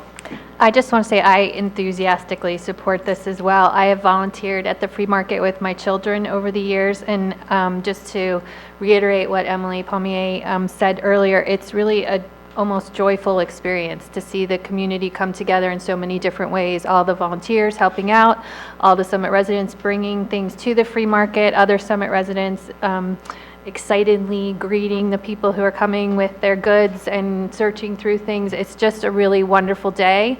And to have it once a month instead of twice a year would be just a real benefit for the community. And as Council President said earlier, a win-win-win.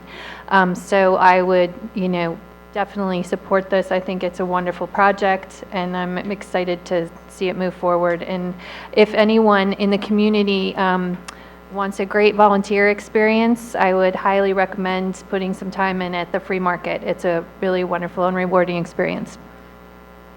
Thank you, Councilwoman Little. Any other? Yes, Councilwoman Ogden. Thank you, President Pro Tem. I also support this. I think it's wonderful. Here's the thing. I have an entire garage full of things that I need to get down there. And what I'd love to see, if it's at all possible, is to get the truck that we use to pick up things to help us, like I have a dining room table, to get it there. And so if we could call up to get a truck, or if there's any way that we can, I don't even know if that's a possibility, but you know how we have curbside pickup, and maybe the day of, or once a month, or once a quarter, you can get a truck, because it's big and I can't put it in my car. So I have a lot of things to go down there, and I'd love to get them down there, but it need a little help. So anyway. Thanks, Councilwoman Ogden. Good idea. In fact, Mr. Cascades, could you tell us if that's possible? Sure. Thank you, Council President Pro Tem. So I think you brought up a good point, Councilwoman. I think what we can do is we can look at, once it's built, we can look at our own process and see how we can streamline our collection as well. We do have our dial-a-truck service that does collect on a as-needed basis where you call in. And I see an opportunity where if it's separated, we could probably, instead of taking it to the blue building, we could take it now to the beautiful free market building. So I think there's a opportunity there to look at our process and change it. Okay. Thank you. Okay? Thanks, Mr. Cascade. Any other comments from council? Do I have any comments from the public? Perhaps Mr. Sachs, Mr. Zucker, anyone else? Yes. Hi, I'm Jonathan Sachs, Rotary Drive, and you've heard a lot of wonderful things about this project. We at the Summit Conservancy, I'm treasurer at the Summit Conservancy, we've been working on this for 3 or 4 years. I know a lot of people on council have been involved, and city staff and administration. I think it's a really wonderful project. I think you got an excellent feel for all that it accomplishes, the wonderful volunteers that participate in it, the tremendous amount of goods that have been taken out of the waste stream, the ability to get rid of unwanted goods that you have at home, and the ability to take your children there and teach them about recycling and reusing, and then you see the families that come there and receive all these goods and furnish their home, or children who come and can get new toys. It's really just a wonderful experience. The site is not really being used for much now. It's kind of vacant, empty land, and we're trying very hard to build a building that will be used for something wonderful, and to give that to the City of Summit as a gift to be used for the free market and for other goods. So I just want to say we appreciate all of your support, and we're excited to get going. Thank you. Thank you, Mr. Sachs.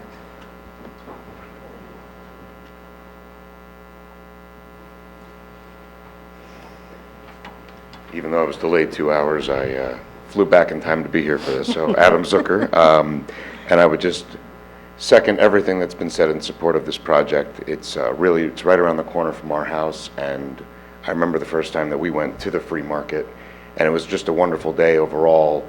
We had nothing to give at the time, but we just saw all that was happening, and since then we've donated baby goods and whatnot, and there are a couple things like a co-sleeper and a crib that before I could even put them in the garage, someone was taking them and putting them on their truck. But it's also wonderful for the potential educational aspect, as there are various trailheads obviously throughout that area, but for the potential educational aspect with the I think potential arboretum involvement as well. So thank you for your support already in considering this. Thank you, Mr. Zucker. He lives on West End. Yes. Any other, well, you're supposed to say your address, so. Any other comments from the public? Okay, Madam Clerk, could we have a roll call? No. Just a regular. No roll call. Voice vote. Actually, okay. I have to comment. I would, President Pro Tem? Yes, please. Okay, I just wanted to thank all the Conservancy members for all the hard work. I know this has been a long, long process, and I thank you all for your persistence and for all the work that you put into this. This is going to be a great project, and I think it's very exciting, so thank you. Yes, thank you so much. And I know you still have a bit more fundraising to do, right, to complete the project, so, we support you. Let us know what we can do to help. So we don't need a roll call. Oh, I'm sorry, Councilman McTiernan. Thank you, Councilman Pro Temp, or Council President Pro Temp, I apologize. I think this is a really neat idea, and as our Council President mentioned as he exited the dais, it's been a long, long time coming. I know this was a passionate project for our former mayor, Ellen Dixon, really spearheaded getting this off the ground, and that's the first time that I really heard about it, and it seems such a neat idea, and it's great to have such community involvement, especially amongst young people. You could just tell there's an incredible amount of enthusiasm and passion, and that's what kids are really good at, and it's great to see it channeled in a constructive way. I guess, the one thing I'd be remiss if I didn't say, this part of this resolution for people at home, this is going to be funded by the Conservancy raising money, but the city has an in-kind and some material that's going to be in the budget. And one of the things I do want people to understand is that, there is an obligation that the city is taking on and funding around this. And it's roughly a quarter of the proposed cost. I do worry a tiny bit about just looking at the budget numbers. And we have an architect here, so he probably knows a lot more about this than me, but having done some projects, of the total construction cost of $400,000, we have a $15,000 contingency. My contingencies, I wish my budgets only overrode, by that little amount of money. So I do worry a little bit about that. Not enough to want to stop the project, but these things are important, and we should make sure that we plan appropriately. Thank you, Councilman McTiernan. Good points. Any other comments? Okay, Madam Clerk? All in favor? Aye. Aye. Aye. Any opposed? Hearing none, motion carries. And I'll return to my seat.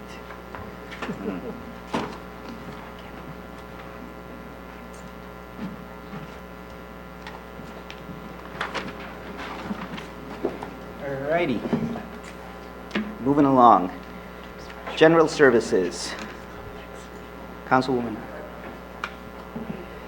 Yes, thank you, Council President. At this time, I would like to move this resolution for the dynamic ride-sharing program to increase the number of participants with the LIFT program.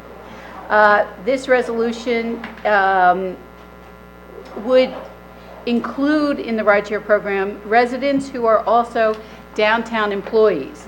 After much discussion in General Services and SPAC, it was discussed to increase the eligible participants to not only folks who live in Summit who want to take the train, but also to Summit residents who work in downtown Summit, and hopefully help alleviate some of the employee parking problems that we are having, and as an incentive to get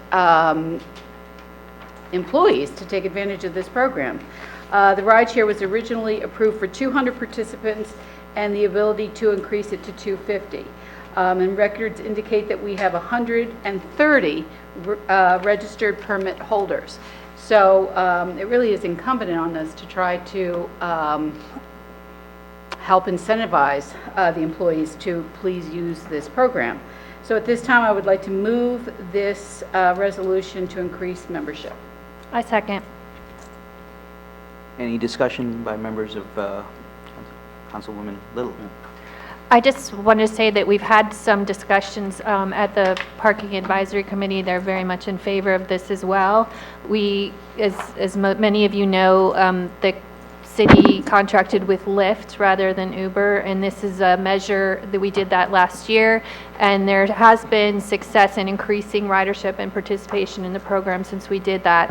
The Lyft program does allow you to schedule rides ahead of time, and it just seems to be more user-friendly. So we've seen some increase in participation, and one way that we wanted to further increase it was to open it up to employees who work in the downtown who are residents. And this is all in an effort to increase parking for people that are coming into the downtown to shop and to eat and to use our downtown, and to avoid the expense and the long-term obligations of building a large structure, and to do that in ways that are more creative and more forward-thinking. So, I'm very much in favor of this resolution as well. I think it's going to be a good move forward. Thank you. Anyone else? Councilman McTiernan. Yeah, no, I think this is a great idea to look to increase usage, and certainly Summit resident commuting into work in Summit takes up a parking space just like a commuter going into the city. And we obviously have a lot of people in Summit who live and work here as well, which is one of the great things about our community. So I'm all for that. It is just interesting, though, when these ideas get floated, it's hard to model behavior, right? I mean, we've got 200 odd of these spaces, and they only get 38 usages a day on average. And you think about it, why wouldn't you use it? But obviously, people have real valid reasons for their own, and it's difficult to kind of predict how people behave. But I think this is a great step on the margin to add some extra spaces, because we continually have to do this. I think one of the 2,000-pound gorilla in the room continues to be that we have a parking shortage in our downtown. Whatever study you look at, we still continue to have one. And I am completely on board about this idea that the last resort should be to build a deck.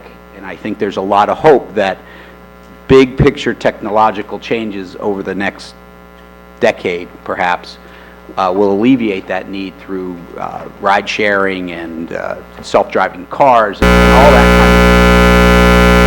that kind of that's the AI. That's meant to tell me to shut up.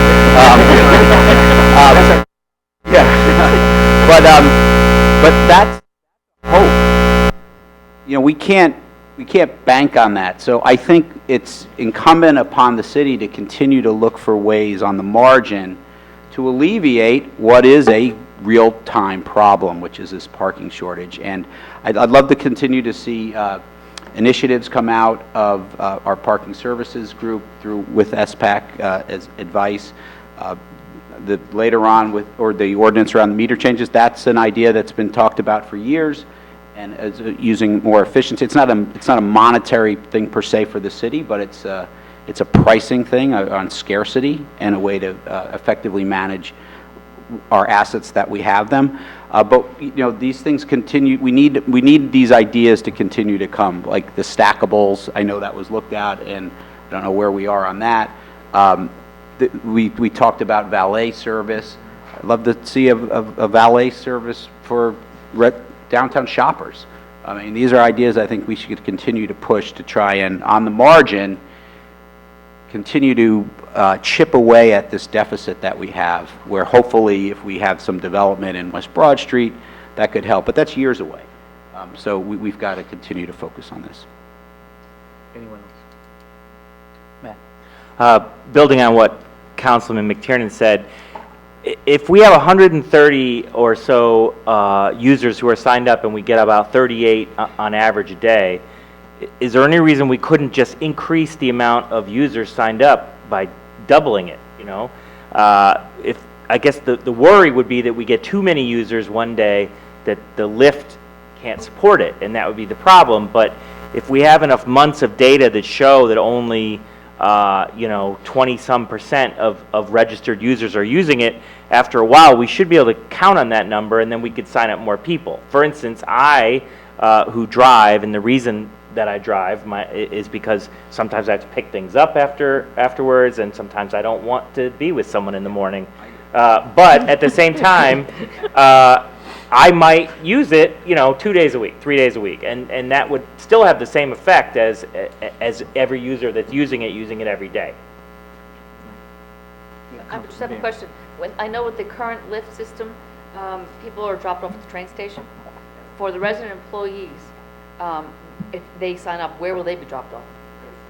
So it's the same. Okay, good. Because I'm sure someone's going to ask me, are they going to take me to my office? Thank you. Anyone else?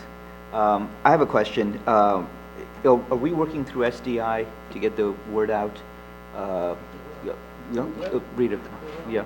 Yep. Okay. What's our, let's talk about the plan for getting the word out here. Rita McNanny, Parking Services Manager. One of the things that we're going to do is we have the email addresses because these people are registered with Parking Services for their downtown employee permit. So again, we have access to their email address with SDI. Nancy and I, we've already talked. We can definitely get an email blast out with all the instructions. There's a form online they have to fill out, and we can get that process rolling as soon as possible.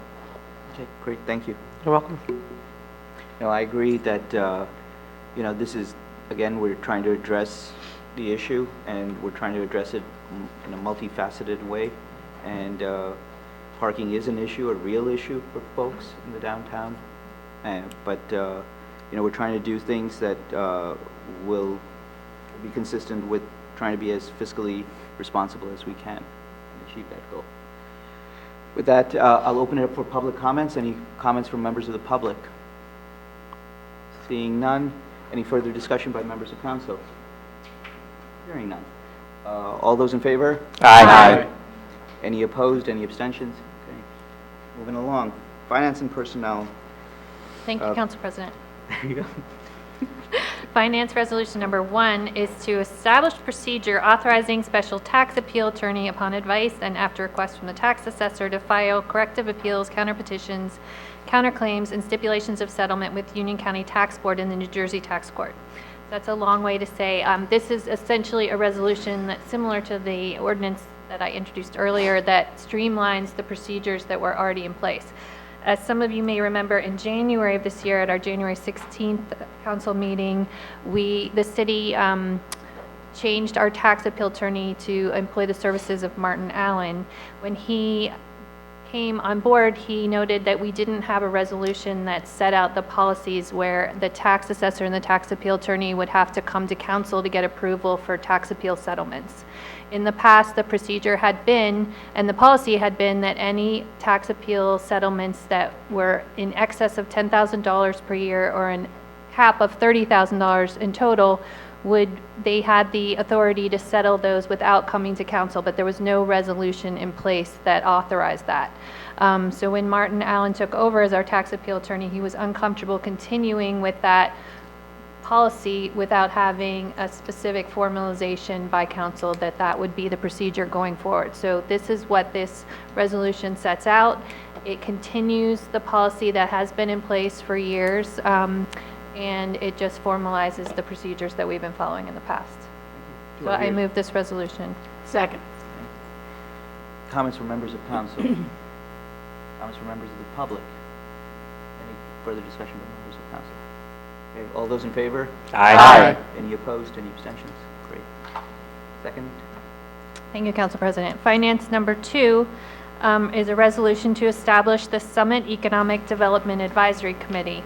And this is something that we've been discussing among the council members, and it's to establish a committee that would advise council and kind of take a holistic approach of evaluating our current commercial uses in town and our tax ratables, and look at different ways and opportunities that we could take advantage of improving those items. So it's going to be comprised of 7 community at-large members, the mayor, the council president, the chair of the finance committee, the chair of the buildings and grounds committee, and the city administrator.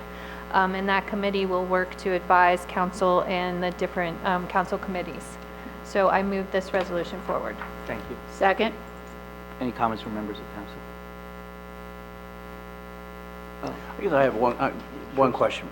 That's a big committee. Do we need to be that, that large to keep it streamlined and recruit people? I think that the thinking was that there are different expertise in the community that would be valuable to this community. There'd be real estate people, there would be business owners, there would be different people that bring different expertise to the table. So similarly to the Summit Parking Authority Advisory Committee, we looked at bringing in different people from the community that would bring different voices to the table and advise us. So in setting up this committee, which will be done by council appointment, we would look to bring in people that had those different skills and expertise to advise council. Any further comments, questions? Mike? Yeah, I guess when I first heard some idea about this being talked about last year, I kind of scratched my head because I wasn't quite sure what it was or where it kind of falls into the structure on how, the city operates versus how the private sector operates. And I must admit, I'm still confused. When I look at this thing,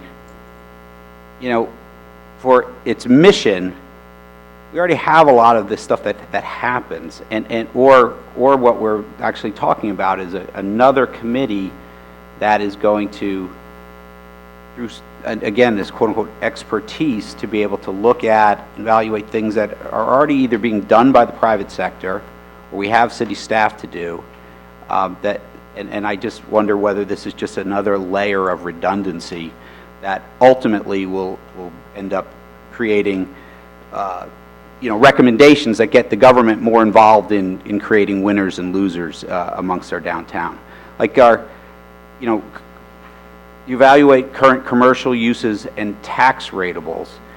And review land uses, zoning regulations. We have groups that do this. We have a process in town. We have a master plan that the entire community gets behind every 10 years to look at development. That's what it's for. We do that, and it's not 7, appointed members and some government officials and council people who, honestly, I don't have any expertise in building management or store. I was chair of one of these committees. Why, what's my expertise that I bring to the table? But we have a community process that does this already. We also, we monitor unused, vacant, underused commercial properties and investigate economically advantaged uses for such properties. We have commercial real estate brokers in town. We have people who own properties. It's their business to manage their properties for the best economic incentive. I don't understand what we would be doing around this other than ultimately trying to offer tax advantages to rent your property out, which again is either a cost to the city or a cost to the building owner. And finally, on coordinating efforts with county and state economic development agencies on grant programs, we have a grant writer that we've already paid for. They're on retainer. That's their job. So I just worry that this is going to get in between the planning board that already does a lot of this stuff. We have a master plan process that has a community involvement in figuring out what type of development we want in town over a longer term period. And this to me just seems like a committee that I think is redundant to many of the functions that either should be done by private landowners or real estate agents or other functions of the city or council or already different committees that are established in the city. I just like to share, I agree with Mike. I think it is a lot of redundancy, and I think that, I think it's fine to take a look at these issues, but I don't think we need, to your point, to as large a community as this to do that. So, I'm not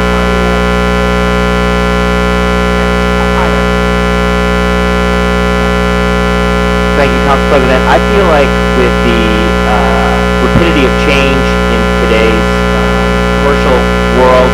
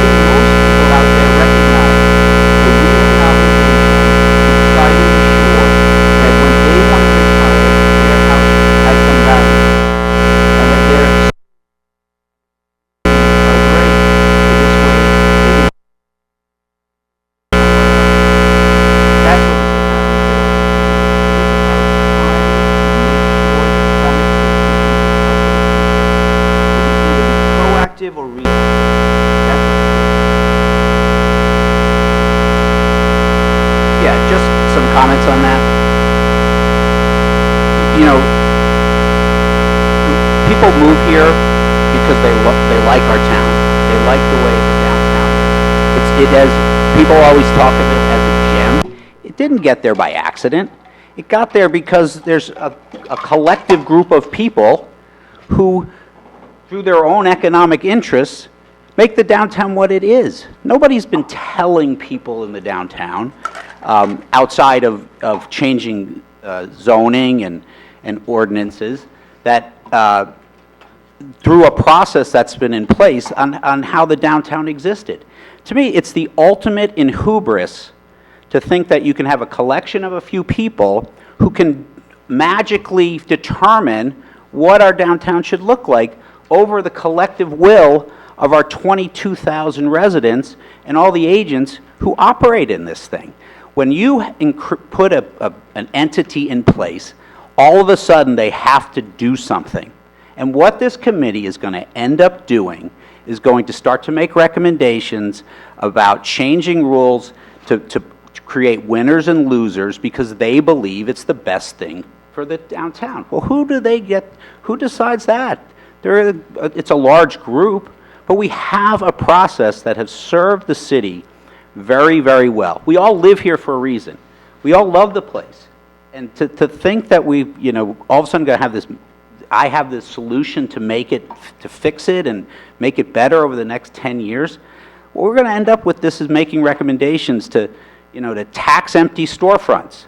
These are the types of things that government gets into, and it's just not right. And I just don't see any use or any reason why some committee can do it better than the planning board, the collective will of the town through the master plan process, and our commercial real estate agents who make a living figuring out the economically advantageous use for properties along with the property owners. So I just think this is just completely redundant, and it's dangerous because ultimately it's just going to lead to bad recommendations that possibly could end up being adopted at some stage.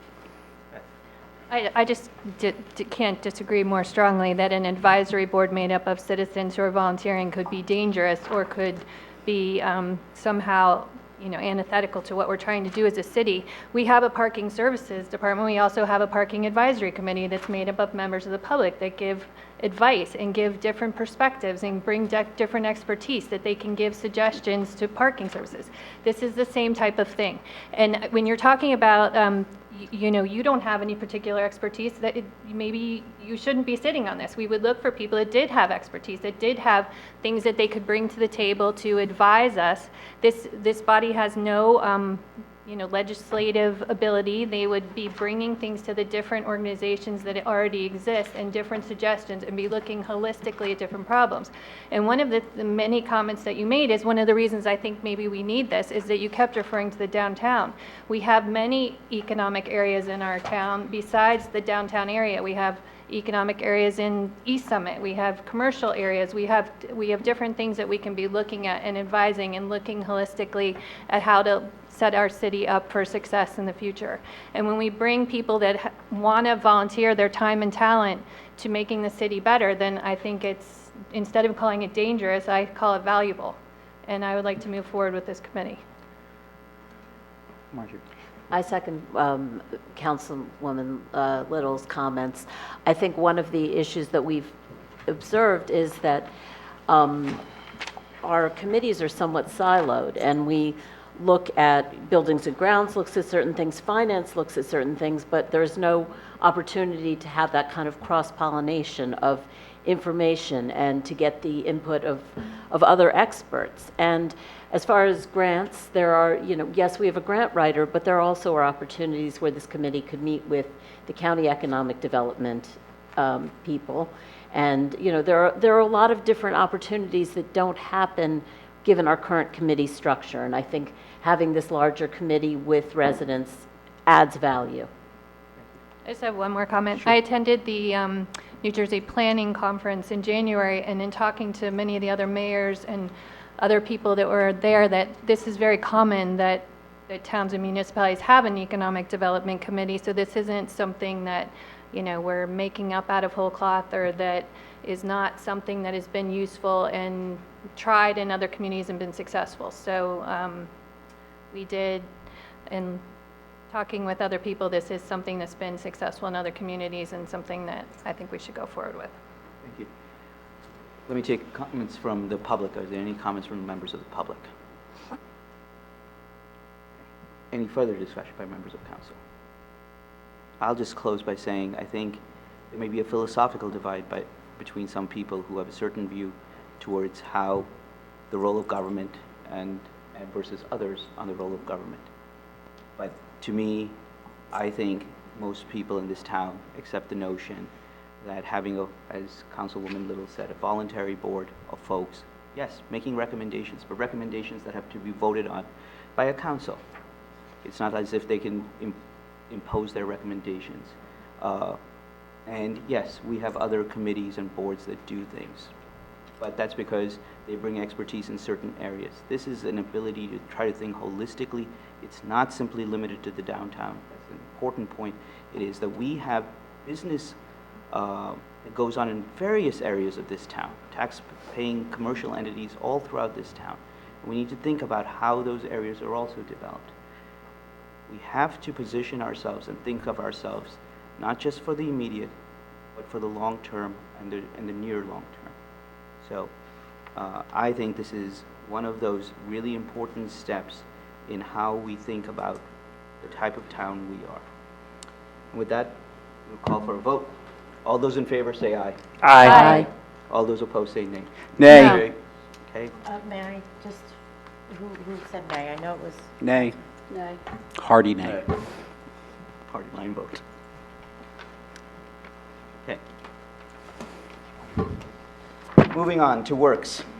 Works 1, Steve. Okay, thank you, Council President Nadeau. Resolution 5555. This authorizes the 2018 Arbor Day festivities. Arbor Day's foundation's mission is to inspire people to plant, nurture, and celebrate trees. Summit is a tree city, USA, and has continually celebrated Arbor Day. This year we will celebrate Arbor Day on Friday, May 18th. Highlighting the celebration will be the planting of 2 deciduous trees at Washington Elementary School, and also distributing tree seedlings to the students for planting. We had to change the date because of some school testing, so that everyone can take advantage of it. And given what we've gone through the last couple of weeks, I'm sure we could replace some of those trees. So I move we accept this resolution. Second. Okay, any comments from members of council? Comments from members of the public? Any further discussion? Okay, all those in favor, say aye. Aye. Opposed? No. Next resolution is Resolution 5623, authorizing submission of the 2018 Community Stewardship Incentive Program grant application and acceptance for hazardous tree removal and pruning. This is a non-match grant through the Department of Environmental Protection. We'll remove or prune trees that are identified by our forester.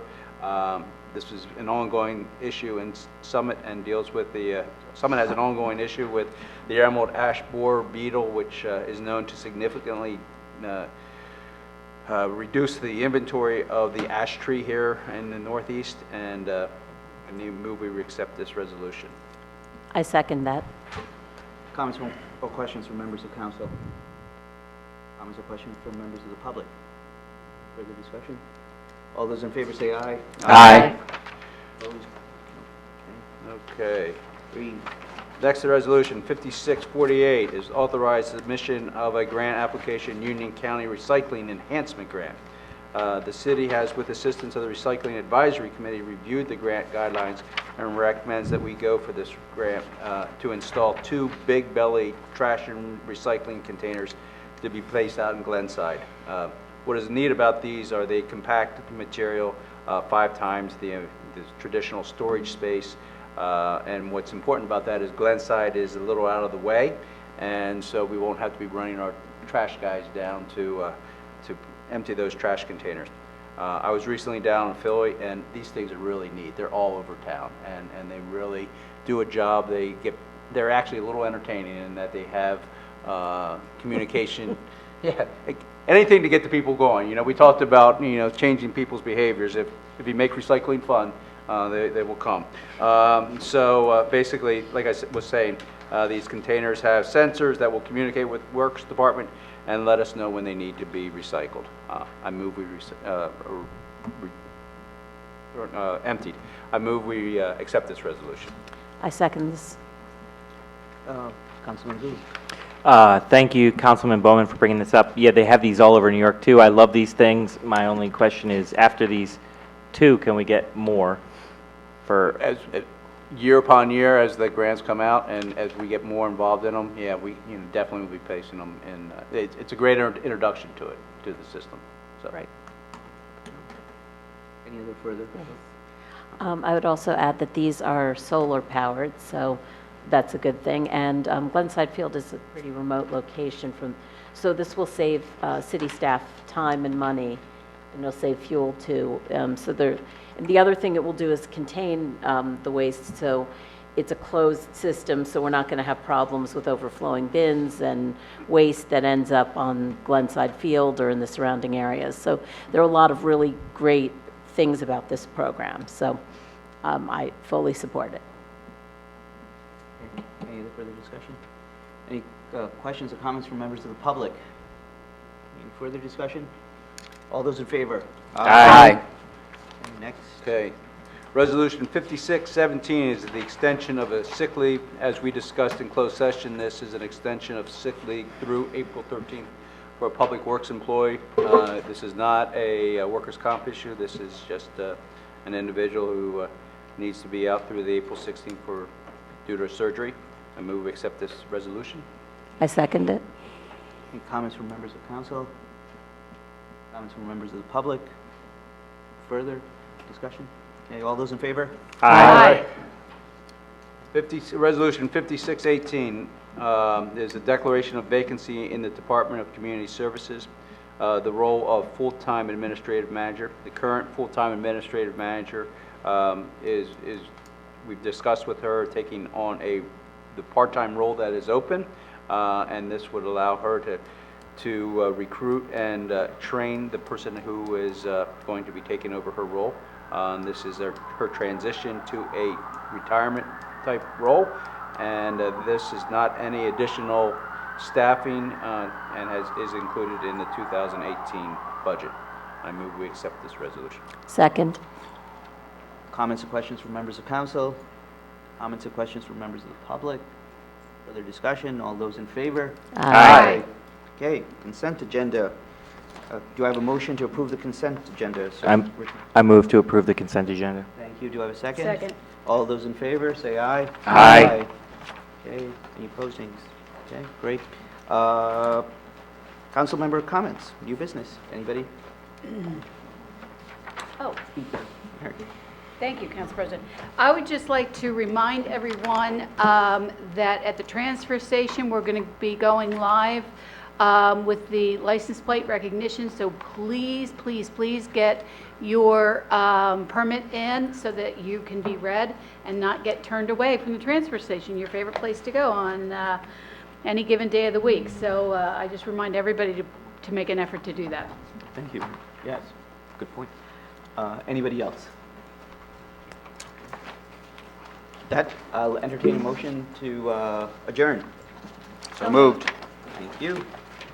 All in favor? Aye. Adjourn.